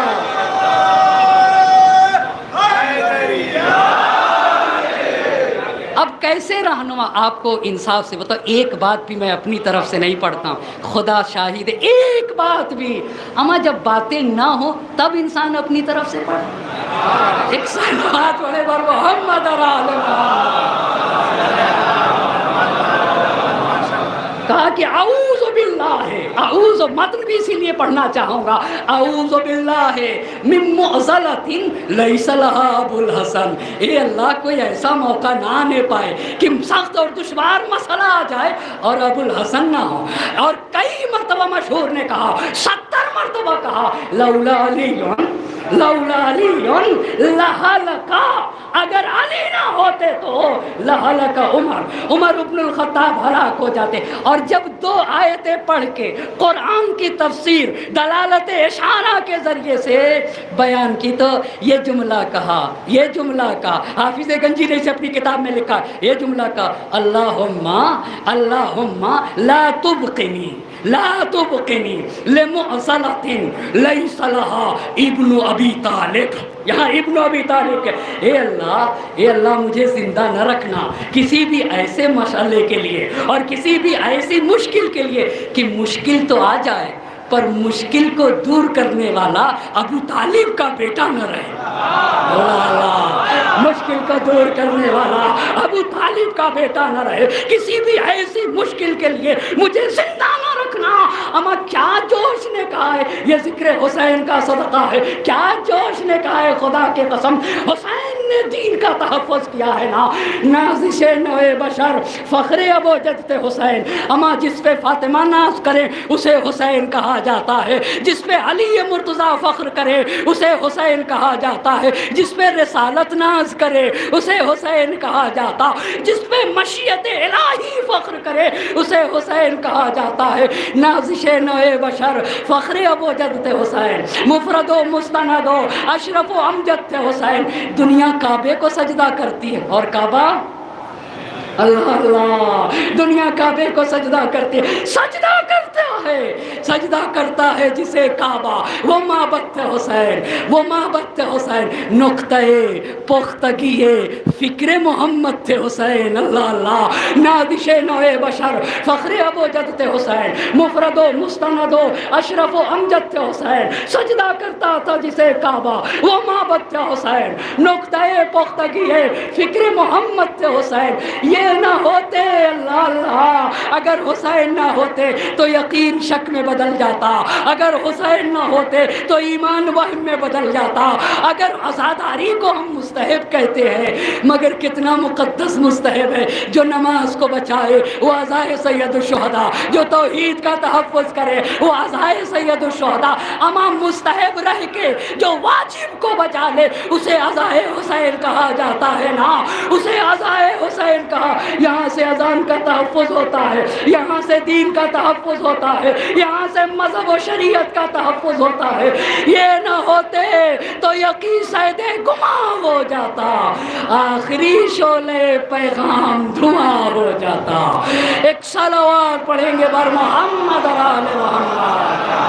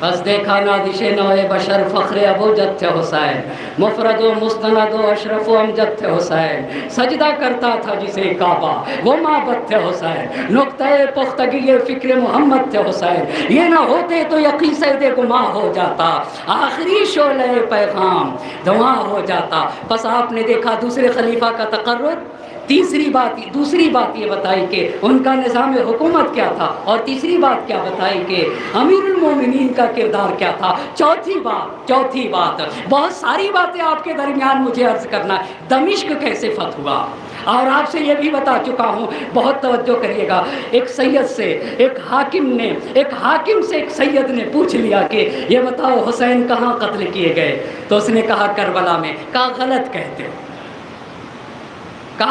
کہتے ہو، حسین کربلا میں شہید نہیں کیے گئے، حسین ثقیفہ میں قتل کیے گئے، حسین ثقیفہ میں مارے گئے۔ اب سنیے گا دمشق کیسے فتح ہوا۔ اچھا، حضرت ابو بکر کب سے کب تک ہیں؟ 11 سے 13 تک۔ حضرت عمر کب سے کب تک ہیں؟ 13 سے 23 تک۔ اور حضرت عثمان کب سے کب تک ہیں؟ 23 سے 35 ہجری تک۔ اور ہم لوگ کو کور کرنا ہے 9 محرم تک۔ کہاں تک پہنچنا ہے؟ جی سن 40 ہجری تک پہنچنا ہے انشاءاللہ المستعان۔ اس کاروان کو، اس تحریک کو، اس مشن کو اس سال انشاءاللہ 40 ہجری تک پہنچانے کی کوشش کی جائے گی، اور کربلا گام بگام کا سلسلہ چلتا رہے گا۔ اسی طریقے سے یہ تحریک ہے، یہ اشرا، یہ مشن ہے، اس تحریک کا جز بننا ہوگا۔ جز کیسے بنا جائے؟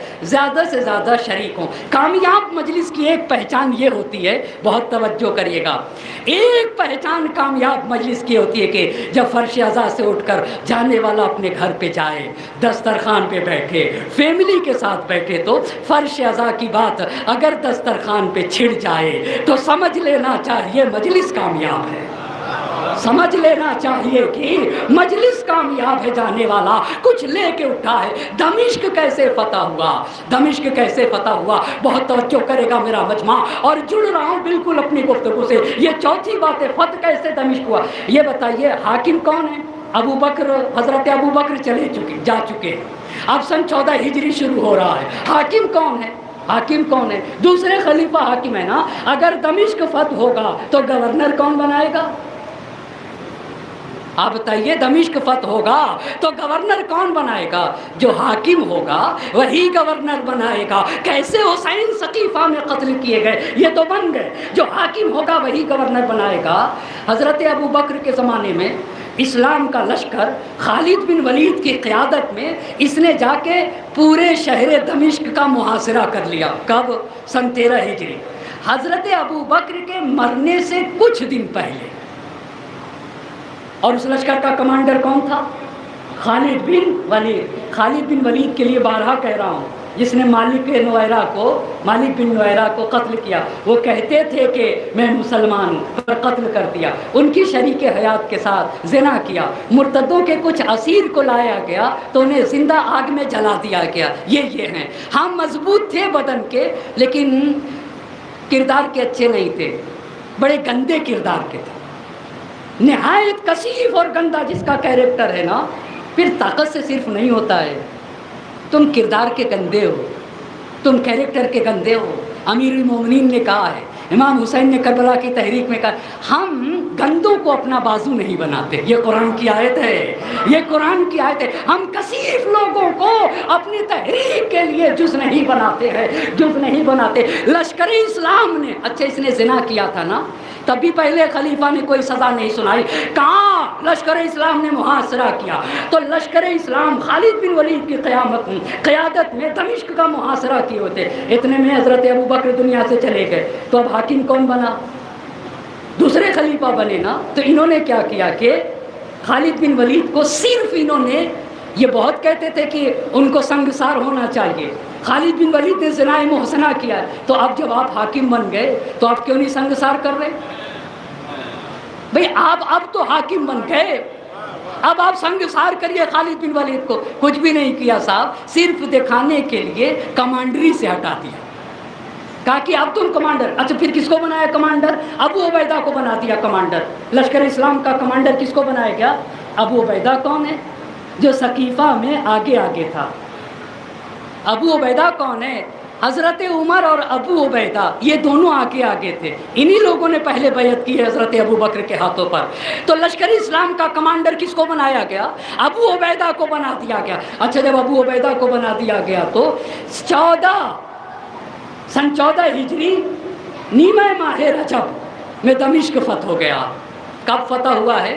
سن 14 ہجری نیمہ ماہ رجب میں دمشق فتح ہوا۔ اب آپ بتائیے، اب دمشق میں مسلمانوں کا قبضہ ہوا یا نہیں ہوا؟ اب جب مسلمانوں کا قبضہ ہوا تو وہاں گورنر چاہیے یا نہیں چاہیے؟ گورنر کون چنے گا؟ کون چنے گا؟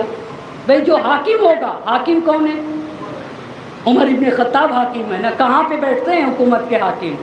مدینے میں۔ یہ مدینے میں، اور کہاں پہ اسلام آیا ہے مجھے بتائیے؟ دمشق میں گورنر معین کرنا ہے۔ آپ کو پتہ ہے یزید کے دادا کا کیا نام ہے؟ ہاں، یزید کے دادا کا نام ابو سفیان بنی امیہ سے ہے، یا بنی تیم سے یا بنی عدی سے؟ بنی امیہ سے ہے نا۔ ابو سفیان کے 2 بیٹے، بہت توجہ کریے گا، ابو سفیان کے کتنے بیٹے ہیں؟ 2 بیٹے۔ ایک بیٹے کا نام یزید، ایک بیٹے کا نام یزید، بڑا بیٹا یزید ہے، دوسرے بیٹے کا نام کیا ہے ابو سفیان کے؟ معاویہ۔ پس یزید اور معاویہ دونوں، معاویہ کے بیٹے کا نام کیا ہے؟ یزید۔ یزید کے بیٹے کا نام کیا ہے؟ معاویہ۔ واضح ہو گئی یہاں تک بات؟ اچھا، ابو سفیان کے 2 بیٹے، پہلے بیٹے کا نام جی یزید، دوسرے بیٹے کا نام کیا ہے؟ معاویہ۔ معاویہ کے بیٹے کا نام کیا ہے؟ یزید، اور یزید کے بیٹے کا نام کیا ہے؟ معاویہ۔ اچھا، عبد مناف کے 2 بیٹے، کس کے 2 بیٹے؟ 2 بیٹوں سے بات ہے مجھے، ایک ہاشم اور ایک عبد الشمس ہے۔ عبد الشمس کے بیٹے کا نام کیا ہے؟ امیہ۔ اور پھر امیہ سے حرب ہیں اور ابو سفیان ہے۔ ابو سفیان کے کتنے بیٹے؟ 2 بیٹے، کون کون؟ یزید اور معاویہ۔ معاویہ کے بیٹے کا نام پھر یزید، یزید کے بیٹے کا نام معاویہ۔ اب جب دمشق فتح ہوا تو یہ ہوا کہ گورنر کیسے بنایا جائے؟ حاکم عمر بن الخطاب ہے، انہوں نے ابو سفیان کے بڑے بیٹے کو کس طریقے سے شام میں بنی امیہ کا قبضہ کہاں سے ہوا؟ دوسری خلافت سے ہوا۔ کہاں سے ہوا بھائی صاحب؟ اب آپ کو سمجھ میں آئے گا کہ حسین سقیفہ میں قتل کیے گئے کہاں سے؟ شام میں۔ جب سے شام میں فتح ہوا تو شام کا پہلا گورنر کون بنایا گیا؟ کون بنایا گیا؟ یزید ابن ابو سفیان۔ کون بنایا گیا؟ یزید ابن ابو سفیان۔ سن 14 ہجری سے سن 18 ہجری تک کون گورنر رہا؟ یزید ابن ابو سفیان۔ 18 میں طاعون کی بیماری میں یزید ابن ابی سفیان دنیا سے چلا جاتا ہے۔ ابھی حاکم کون ہے جی؟ حاکم کون ہے؟ دوسرے خلیفہ۔ کب سے کب تک ہیں یہ؟ 13 سے 23 تک۔ تو یہ تو 18 سے 14 سے 18 میں یزید ابن ابی سفیان دنیا سے جاتا ہے۔ تو اب پھر دوسرا، جب 18 میں یزید ابن ابی سفیان گیا تو ابو سفیان مدینے میں، دوسرے خلیفہ نے ابو سفیان کو بلایا، ابو سفیان کو بلانے کے بعد ابو سفیان سے کہا کہ تمہارا بڑا بیٹا دمشق میں دنیا سے چلا گیا. تو ابو سفیان کو بیٹے کے جانے کی کوئی فکر نہ ہوئی, کچھ بھی نہیں پوچھا. تاریخ پڑھ رہا ہوں, اپنے بیٹے کے بارے میں, یزید ابن ابی سفیان کے بارے میں کچھ بھی نہیں پوچھا.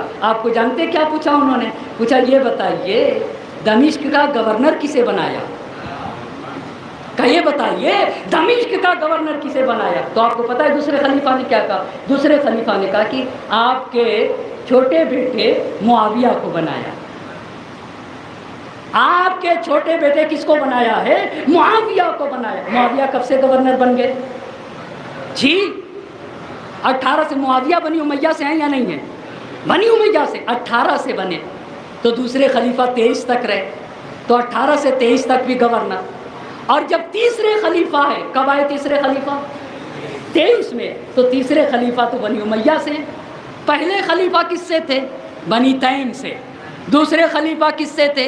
بنی عدی سے. اور تیسرے خلیفہ کس سے ہیں؟ اب جب بنی امیہ آئے تو بنی امیہ سے تیسرے خلیفہ ابو سفیان آئے, تو تیسرے خلیفہ عثمان جب آئے تو پھر ابو سفیان آنکھوں سے نابینا تھے, بوڑھے بھی ہو چکے تھے. تیسرے خلیفہ کے پاس آتے ہیں اور تیسرے خلیفہ کے پاس آ کر کہتے ہیں کہ بڑے مدت و انتظار کرنے کے بعد حکومت ہمارے ہاتھ میں آئی ہے. کا ایک زمانے کے انتظار کے خدا کی قسم سمجھنے کی ضرورت ہے. کا ایک زمانے لگ گیا انتظار کرتے کرتے, ایک مدت انتظار کرنے کے بعد حکومت ہمارے بنی امیہ کے ہاتھوں میں آئی ہے. اسے اپنے مرضی کے مطابق گیند کی طرح گھماتے رہو. کا اسے اپنی مرضی کے مطابق گیند کی طرح گھماتے رہو اور جتنا ہو سکے حکومت میں بنی امیہ کو بھر دو. جتنا ہو سکے حکومت میں کسے بھر دو؟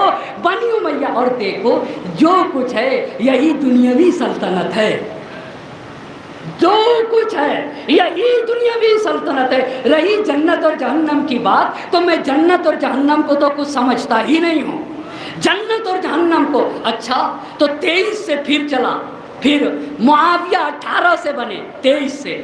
اب جب عثمان آئے تو انہوں نے بھی ان کو باقی رکھا گورنر. کہاں کا گورنر؟ دمشق کا. تو عثمان کب سے کب تک رہے؟ 23 سے 35 تک. سن 35 تک معاویہ گورنر رہا ہے. کب؟ سن 35 تک. بس آپ کو ایک بات بتا دی. کون سی بات بتائی؟ کون سی بات بتائی؟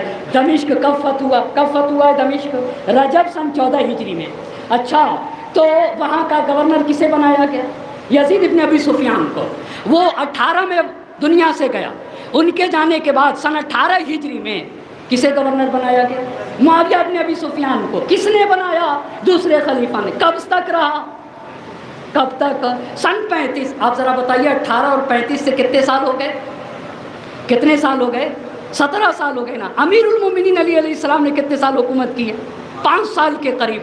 آپ کے زمانے میں بھی اس کو رکھیے گا. اسی سے ہمیں آگے کے دنوں میں جنگ جمل, جنگ صفین, جنگ نہروان پڑھنا. انہوں نے کتنی مضبوط اپنی بنیادوں کو قائم کیا ہے اور کیسے اہل بیت کے خلاف سازشیں رچی ہیں. تو یہ تو ہوا. اس کا مطلب آپ کو جانتے ہیں معاویہ سن 40 ہجری تک گورنر رہا. بھائی 18 سے سن 40 کتنے سال ہو جائیں گے؟ 22 برس تک. 22 برس تک. پھر صلح امام حسن ہے. تو صلح امام حسن کے بعد بھی اب گورنر نہیں رہا, حاکم بن گیا. اب مرکز حکومت دمشق چلا جائے گا. اور سن 60 ہجری تک حاکم رہا. 41 سے سن 60 ہجری تک امیر شام حاکم رہا. 18 سے سن 40 تک گورنر. 41 سے سن 60 ہجری تک حاکم. کتنے سال حکومت کی؟ کتنے سال؟ 42 سال نا. 42 ایئرس, جس میں 22 سال گورنر, 20 سال حاکم. اس سے پہلے 6 سال لے لیجئے کس کے؟ یزید کے. جب تک اور سن 61 ہجری میں حسین کا لٹا ہوا اسی دمشق میں پہنچا ہے نا, سن 61 ہجری میں. یعنی 46 برس کے بعد ہماری جانیں قربان ہو جائے. اما کتنا ضروری تھا زینب کا جانا, کتنا ضروری تھا امام سجاد علیہ السلام کا جانا. 46 برس تک بنی امیہ نے اہل بیت کے خلاف سازشیں رچی ہیں. اور شام کے لوگ اتنا بھی نہیں جانتے تھے کہ جس دین میں جناب حمزہ داخل ہیں اسی دین میں حسن و حسین داخل ہیں. کیوں امام سجاد کو امام حسین لے گئے تھے؟ آپ کو پتہ ہے دمشق کی جامع مسجد میں خطبہ دیا تھا. آپ علماء سے اگر پوچھئے گا نا، مورخین سے پوچھئے گا امام سجاد کا خطبہ کتنے منٹ کا تھا، تو لوگ کہیں گے 25 منٹ. کتنے منٹ؟ 25 منٹ. مان لیتے ہیں 30 منٹ، مان لیتے ہیں 35 منٹ، مان لیتے ہیں، آپ متوجہ نہ ہوئے، مان لیتے ہیں 40 منٹ، مان لیتے ہیں 46 منٹ. انہوں نے اہل بیت کے خلاف 46 سال تک سازشیں رچی ہیں. انہوں نے اہل بیت کے خلاف، انہوں نے اہل بیت کے خلاف 46 سال تک سازشیں رچی. خدا کی قسم ہاشمی خون نے 46 منٹ میں 46 سالہ سازشوں پہ پانی پھیرا. صلوات پڑھیں گے بر محمد آل محمد.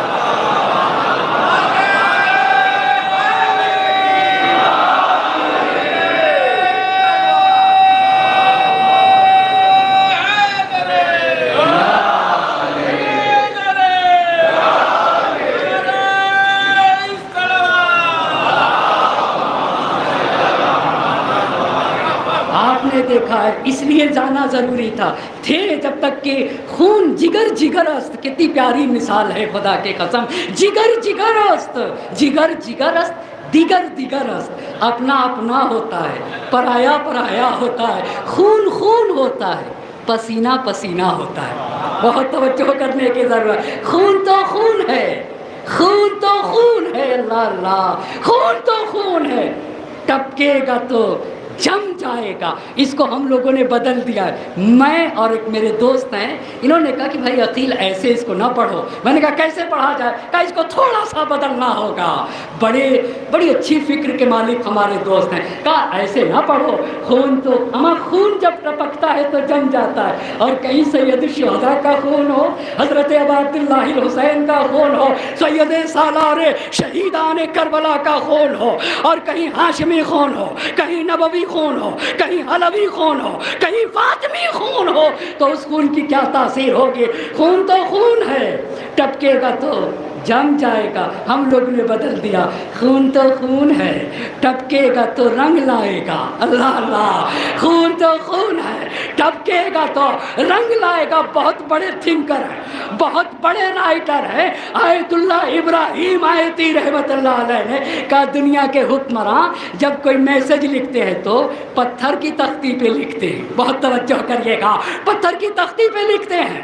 اور کچھ لوگ لکڑی کی تختی پہ لکھتے ہیں، کچھ لوگ کاغذ پہ اپنا میسج لکھتے ہیں. مگر پتھر کی تختی خاک کے ملبوں میں ڈھک جاتی ہے. ہاں، لکڑی کی تختی کو توڑ دیا جاتا ہے، کاغذ کو پھاڑ دیا جاتا ہے. مگر حسین نے جان بوجھ کے اپنا پیغام خون سے لکھا ہے. اللہ اللہ، ہمیں علامہ اقبال نے بڑی پیاری بات کی ہے.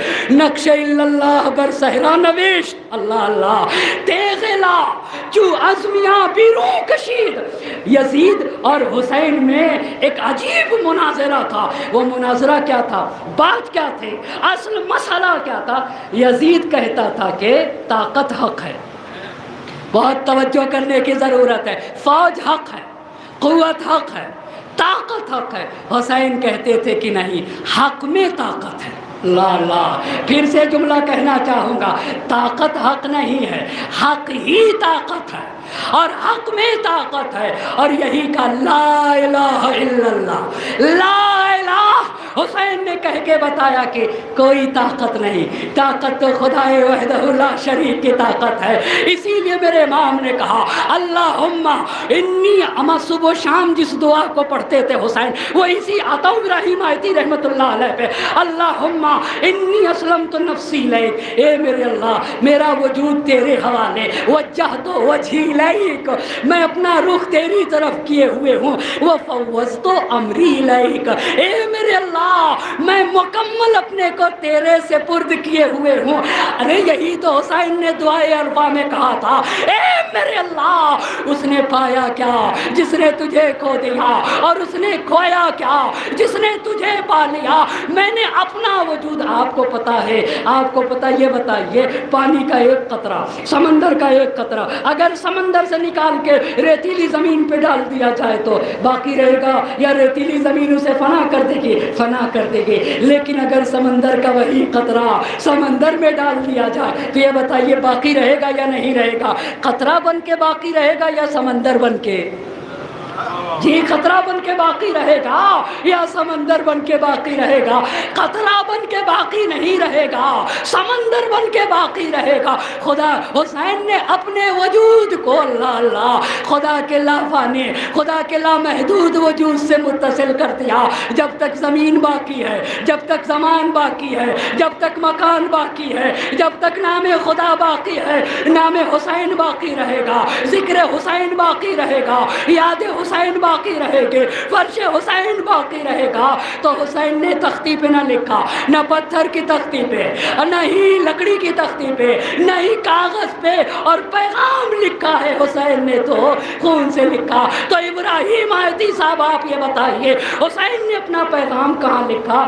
آج کہتے حسین نے اپنا پیغام ہوا کے دوش پہ لکھ دیا، اور کیا لکھا؟ المنیہ ولدنیہ، دیکھو مر جانا مگر پستی کو قبول نہ کرنا۔ ایک صلوات پڑھ دے بر محمد اور آل محمد۔ بس 4 باتیں آپ کی خدمت میں عرض کر چکا۔ کتنی باتیں آج عرض کی آپ کی خدمت میں؟ 4۔ پہلی بات دوسرے خلیفہ کا تقرر، دوسری بات دوسرے خلیفہ کا نظام حکومت، تیسری بات کیا عرض کی؟ امیر المومنین کا کردار، چوتھی بات دمشق کیسے فتح ہوا، پانچویں بات اگر وقت لے رہا ہوں میرا مجمع معاف کرے گا، مجھے بہت کچھ آپ کو دینا ہے، مجھے بہت کچھ آپ کو ایک بات بتاؤں، اپنے فیلڈ کی کمی بتانا چاہتا ہوں، بتاؤں یا نہ بتاؤں؟ بتاؤ نہ بتاؤ؟ ایک صلوات پڑھیے بر محمد اور آل محمد۔ اپنے فیلڈ کی ایک کمی بتا۔ جب ہم نئے میں اپنی بات بتا رہا ہوں، جب ہم نئے مدرسے میں گئے تھے، 3-4 سال ہوا تھا، تو تقریر کرنے لگے، بولنے لگے، لیکن میٹر تھا ہی نہیں تو بولیں گے کیا؟ اتنا نہ تیاری تھی، نہ اتنے مطالب تھے۔ تو اب چلے تو گئے، مولوی صاحب نے بھیج دیا کہ جاؤ فلاں گاؤں میں اشرا پڑھنا ہے، بھیج تو دیا مولوی صاحب نے، پر حالت غیر ہے، بھیا پڑھیں گے کیا؟ اور وہ بھی بانی مجلس نے کہا قبلہ دیکھیے 1 گھنٹہ سے کم نہ پڑھیے گا، اور مصیبت پسینے پہ پسینے بانی، اور اگر بیچ میں کسی کا الگ سے وعدہ آ گیا تو اور بھی مصیبت۔ اب رات کو نیند نہ آئے، رات کو نیند نہ آئے، اب کیا کریں؟ تو اب یہ بچپنا ہے نا، تو اب یہ سوچتے تھے کہ ایسا کرتے آج کی مجلس سے تھوڑا سا بچا لیں، آج کی مجلس سے کیا کرے؟ پھر وہ بچا لیتے تھے، کم تولنے لگتے تھے۔ اس وقت یہ نہیں پتا تھا کہ اگر تم بچاؤ گے تو خدا بھی ویسے ہی تمہارے پاس پھر بڑھائے گا نہیں تمہارے علم کو، اس لیے کہ تم نے نہیں دیا تو خدا بھی تمہیں نہیں دے گا۔ بہت توجہ کرنے کی ضرورت، یہ اس وقت نہیں پتا تھا، لیکن آج جب آپ کے سامنے گفتگو کر رہا ہوں تو خدا کی قسم اس یقین کے ساتھ گفتگو کر رہا ہوں، جتنا دیتے چلو جاؤ گے اتنا ہی تمہیں ملتا جائے گا۔ بندہ بندے کو دے گا مگر اب خدا بندے کو دے گا۔ اللہ، ایک بندہ بندے کو جب عطا کرتا ہے تو پھر کبریائی وجد میں آ کے وہ اپنے بندے کو دیتی ہے۔ ایک بات اور عرض کر دوں، آپ انشاءاللہ کل کی گفتگو کروں گا، ایران کیسے فتح ہوا، پھر بصرہ کیسے بنا، پھر کوفہ کیسے بنا، پھر حضرت عثمان کو کیسے لایا گیا، پھر شورا کیسے بنی، پھر امیر المومنین نے شورا کے خلاف احتجاج کیسے کیا، پھر حضرت عثمان کے زمانے میں کیا کیا کمیاں واقع ہوئی کہ حضرت عثمان کو قتل کیا گیا، اور اس کے بعد کیسے امیر المومنین کے دروازے پر آئے۔ تو امیر المومنین نے کہا کہ میرے پاس سے جاؤ، وَالْتَمِسُوا غَيْرِي، جاؤ کسی دوسرے کو ڈھونڈو، میرے پاس کیوں آئے ہو؟ پر در امیر المومنین پہ سب نے اپنے سر رکھ دیے۔ یہ ساری باتیں آپ کے۔ ایک اور بات عرض کرنا چاہوں گا، عراق کیسے فتح ہوا، عراق کیسے، تھوڑی تھوڑی باتیں سمیٹ دے، ایک آپ صلوات پڑھ دے برحمت محمد۔ مجھے معلوم ہے میں ایک مرتبہ پھر اپنے محترم مجمع کی بہت قدردانی کرتا ہوں۔ ایک چھوٹے سے طالب علم کو اتنی عزتوں سے سنا جاتا ہے، اتنی محبتوں سے سنا جاتا ہے، مگر میں ایک بات پھر کہوں گا، با مقصد با ہدف عزاداری کی ضرورت ہے۔ یہ لے کے چلیں کہ خدا کی قسم اگر ہم نے عزاداری کو بامقصد بنا دیا نا تو ہم 60 برس اگر جیتے تو ہم نہج البلاغہ بھی پڑھ لیں گے، ہم اصول کافی بھی پڑھ لیں گے، ہم چہاردہ معصومین کی حیات بھی اسی منبر سے پڑھ لیں گے، اور ہم سید الشہداء کی پوری حیات کو، میں اتنا بڑا ہو گیا آج تک، میں آپ کی بات نہیں کر رہا ہوں، میں نے سید الشہداء کے 57 سالہ زندگی آج تک دوسروں سے نہیں سنی، اسی لیے میں جب تم میں ابھی بھی پڑھتا ہوں تو میرا دل کہتا ہے کہ تم نے ماما پہنا، تم نے بیت المال، مال امام تم کھاتے ہو، تم سفیر حسینی اپنے کو کہتے ہو، کیوں نہیں ایسا اہتمام کیا جائے کہ سید الشہداء کی 57 سالہ ہوا کیا تھا تاریخ میں، سچا اسلام کیا ہے، باتیں کیا ہے؟ آخر یہ بتائیے، میری ذمہ داری ہے کہ میں باتوں کو بیان کروں، پر یہ جو قوم کے نئی نسل کے جو جوان ہیں نا، یہ اسکول میں جاتے ہیں، یہ یونیورسٹیوں میں جاتے ہیں، یہ کالجز میں جاتے ہیں، ہمارا کام یہاں بتانا ہے، ان کا کام یہ ہے کہ اگر تم سے کوئی پوچھے تو کالج میں دین کا دفاع تمہیں کرنا ہوگا، اسکول میں مذہب کا دفاع تمہیں کرنا ہوگا، یونیورسٹی میں ہم نہیں جا سکتے پر آپ وہاں جاتے ہو، آپ سے وہاں سوالات ہوتے ہیں، آپ کو بتانا ہوگا۔ تو عراق کیسے فتح ہوا؟ ایک بات یاد رکھیے گا، بہت جلدی اپنی بات کو، ایک بات آج میں سوچ رہا تھا، بہت دیر تک سوچتا رہا کہ 10 دن میں خدا شاہد ہے، بار بار کہتا ہوں کہ میں ایک طالب علم ہوں، طالب علم اسے کہا جاتا ہے، اسٹوڈنٹ اسے کہا جاتا ہے جس کا رشتہ کتاب سے نہ چھوٹے، جس انسان کا رشتہ کتاب سے نہ ٹوٹنے پائے وہ اپنے کو کہے کہ میں اسٹوڈنٹ ہوں، اور اسے یہ کہنے کا حق ہے کہ میں طالب علم ہوں۔ ہر انسان کے ساتھ اس کا سب سے اچھا ساتھی اس کی کتاب ہے، کتاب ہی حیات ہے، کتاب ہی زندگی ہے، کتاب ہی صحیح راہ و روش ہے، جو تنہائی میں انسان کے لیے سہارا بنے اسی کو کتاب کہا جاتا ہے۔ ہر دوست سے پہلے پہلا دوست انسان کی کتاب ہے، پہلا دوست انسان کی کتاب ہے۔ عراق کیسے فتح ہوا؟ ایک وقت میں 2 طرف فتوحات کا سلسلہ جاری رہا، کس کا کدھر؟ اسی وقت میں دمشق میں بھی اور اسی وقت میں عراق میں بھی۔ سن 13 ہجری حضرت ابوبکر پہلے خلیفہ کے زمانے میں، یہ بھی خالد بن ولید کی قیادت میں، خالد بن ولید جو دمشق گئے وہ عراق سے گئے تھے، پہلے خلیفہ نے کہا کہ اب دمشق میں ضرورت ہے تم چلے جاؤ، تو عراق کیسے فتح ہوا؟ بہت توجہ کریے گا۔ عراق کے 2 مشہور شہر ہیں، کتنے مشہور شہر ہیں؟ 2، کیا کیا کوئی بتائے گا؟ ایک شہر کا نام ہے شہر ہیرا اور دوسرے شہر کا نام ہے شہر انبار۔ یہ آج ہیں یا نہیں ہیں؟ آج تو نہیں ہے، آج تو نہیں ہے۔ آپ نے علماء سے یہ سنا ہوگا، ہمارے چھٹے امام جب نجف جاتے تھے تو ہیرا میں توقف کرتے تھے، شہر ہیرا میں ٹھہرتے تھے۔ یہ کہاں تھا؟ کوفہ جہاں آج ہے نا، کوفے سے 1 کلومیٹر کے فاصلے پر شہر ہیرا تھا، اور اسی شہر ہیرا کو ختم کر کے شہر کوفہ بنایا گیا۔ شہر کوفہ کب بنایا گیا؟ قادسیہ کی جب جنگ ہوئی، کل قادسیہ کی جنگ بھی پڑھوں گا اور کل اس کو بتاؤں گا کہ یہ آپ آج رات میں اسے سرچ کر کے آئیے گا کہ یہ جنگ قادسیہ ہے کیا۔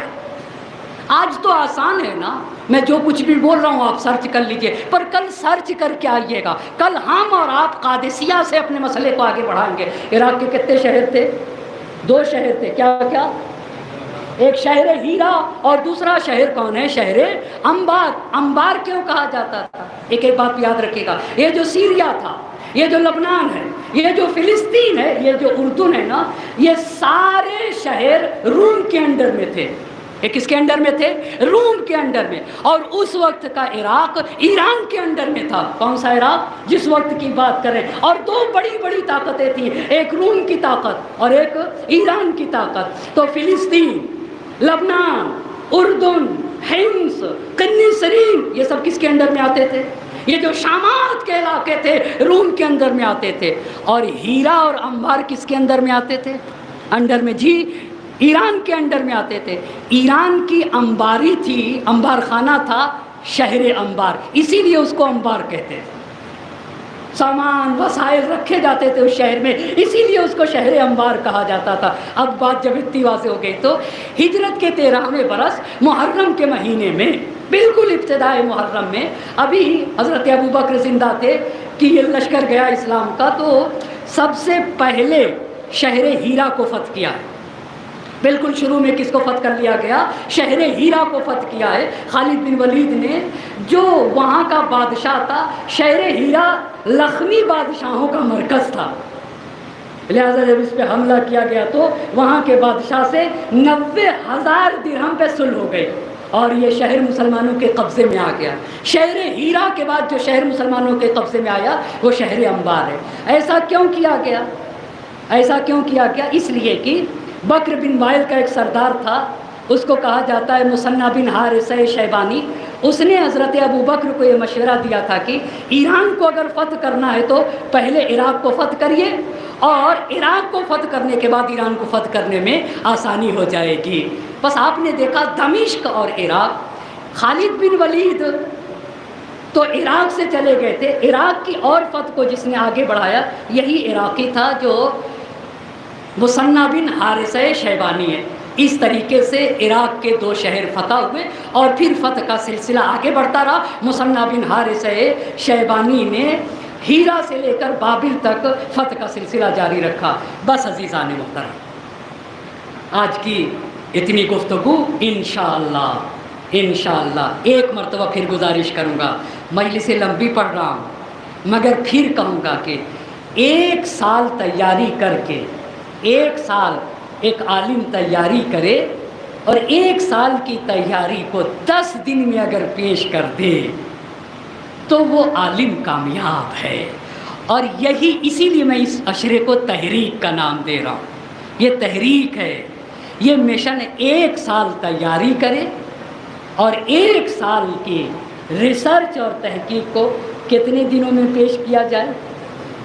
10 دنوں میں ہو سکتا ہے مولانا، خوب اچھی طرح سے ہو سکتا ہے، خوب اچھی محنت شرط ہے، محنت شرط ہے، ایمان شرط ہے۔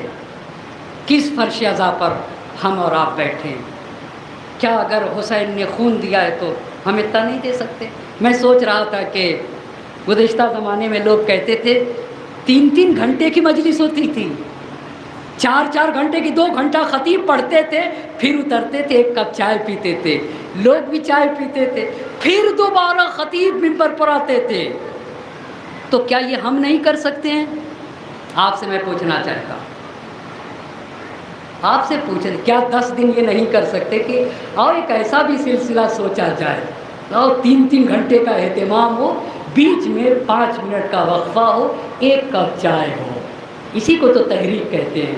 ہمیں تاریکیوں کو مٹا دینا ہے، ہمیں ظلمتوں کا خاتمہ کرنا ہے۔ خون تو خون ہے، در حسین پہ سر رکھ دو اے مسلمانوں، در حسین پہ سر رکھ دو اے مسلمانوں، یہ اتحاد کا مرکز ہے آدمی کے لیے۔ میر علی صلی اللہ مقامہ نے ایک ہی شعر میں، مناجات میر انیس میں ہے یہ بات، ایک ہی شعر میں روح کربلا بیان کر دے، ہاتھ خالی تیرے دربار میں آتا ہے حسین۔ اللہ اللہ، جس نے سب کچھ دے دیا، اپنا بدن بھی اس لائق نہیں چھوڑا۔ گھوڑے دوڑے تھے، کیوں حسین کے بدن پہ گھوڑے دوڑے؟ حسین کامل یہ کہتا تھا، اے اللہ میں نہیں چاہتا کہ میرا بدن صحیح و سالم، اگر یہ بدن ہے تو یہ بھی تیری راہ میں دینا چاہتا ہوں۔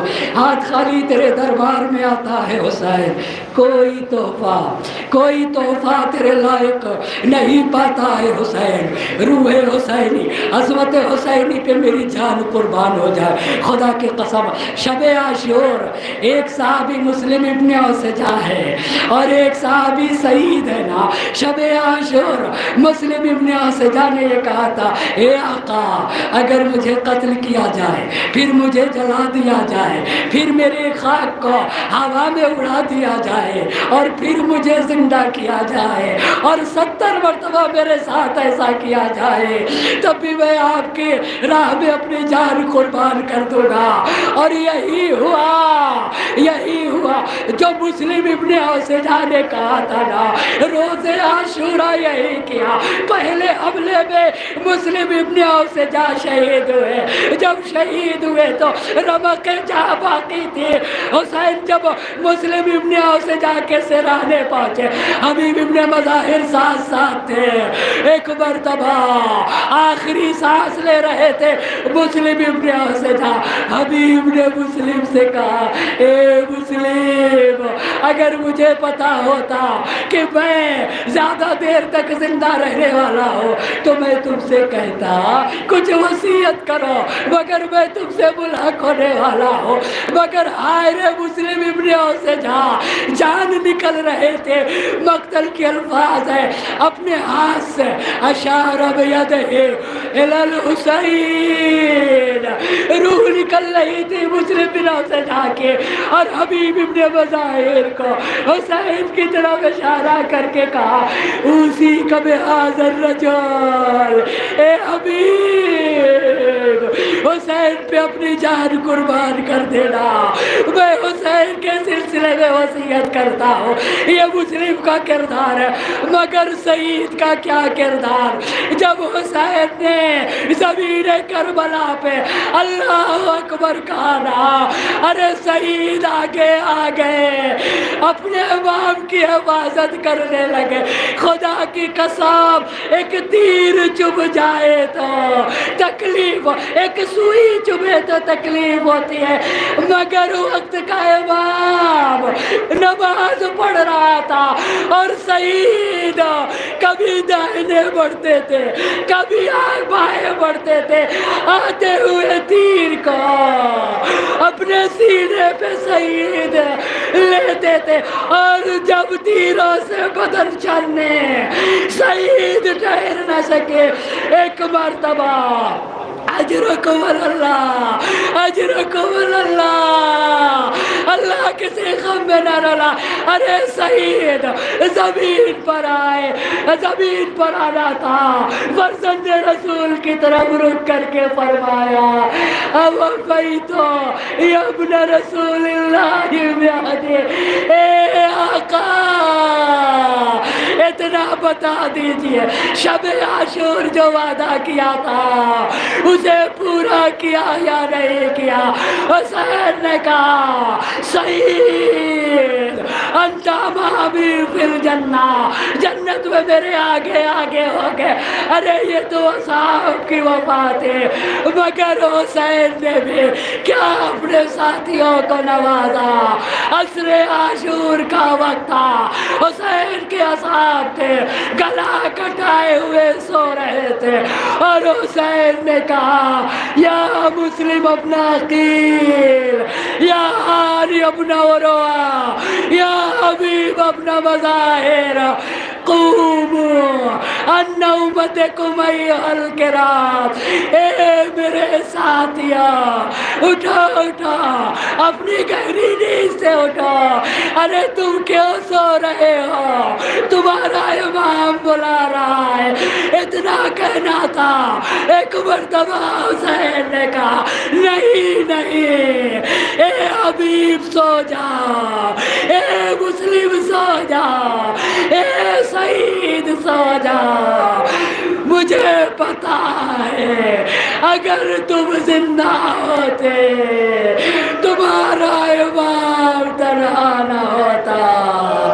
اے میرے با وفا ساتھیوں سو جاؤ، سو جاؤ، سو جاؤ، تم زندہ ہوتے تو اپنے امام کو تنہا نہ چھوڑتے۔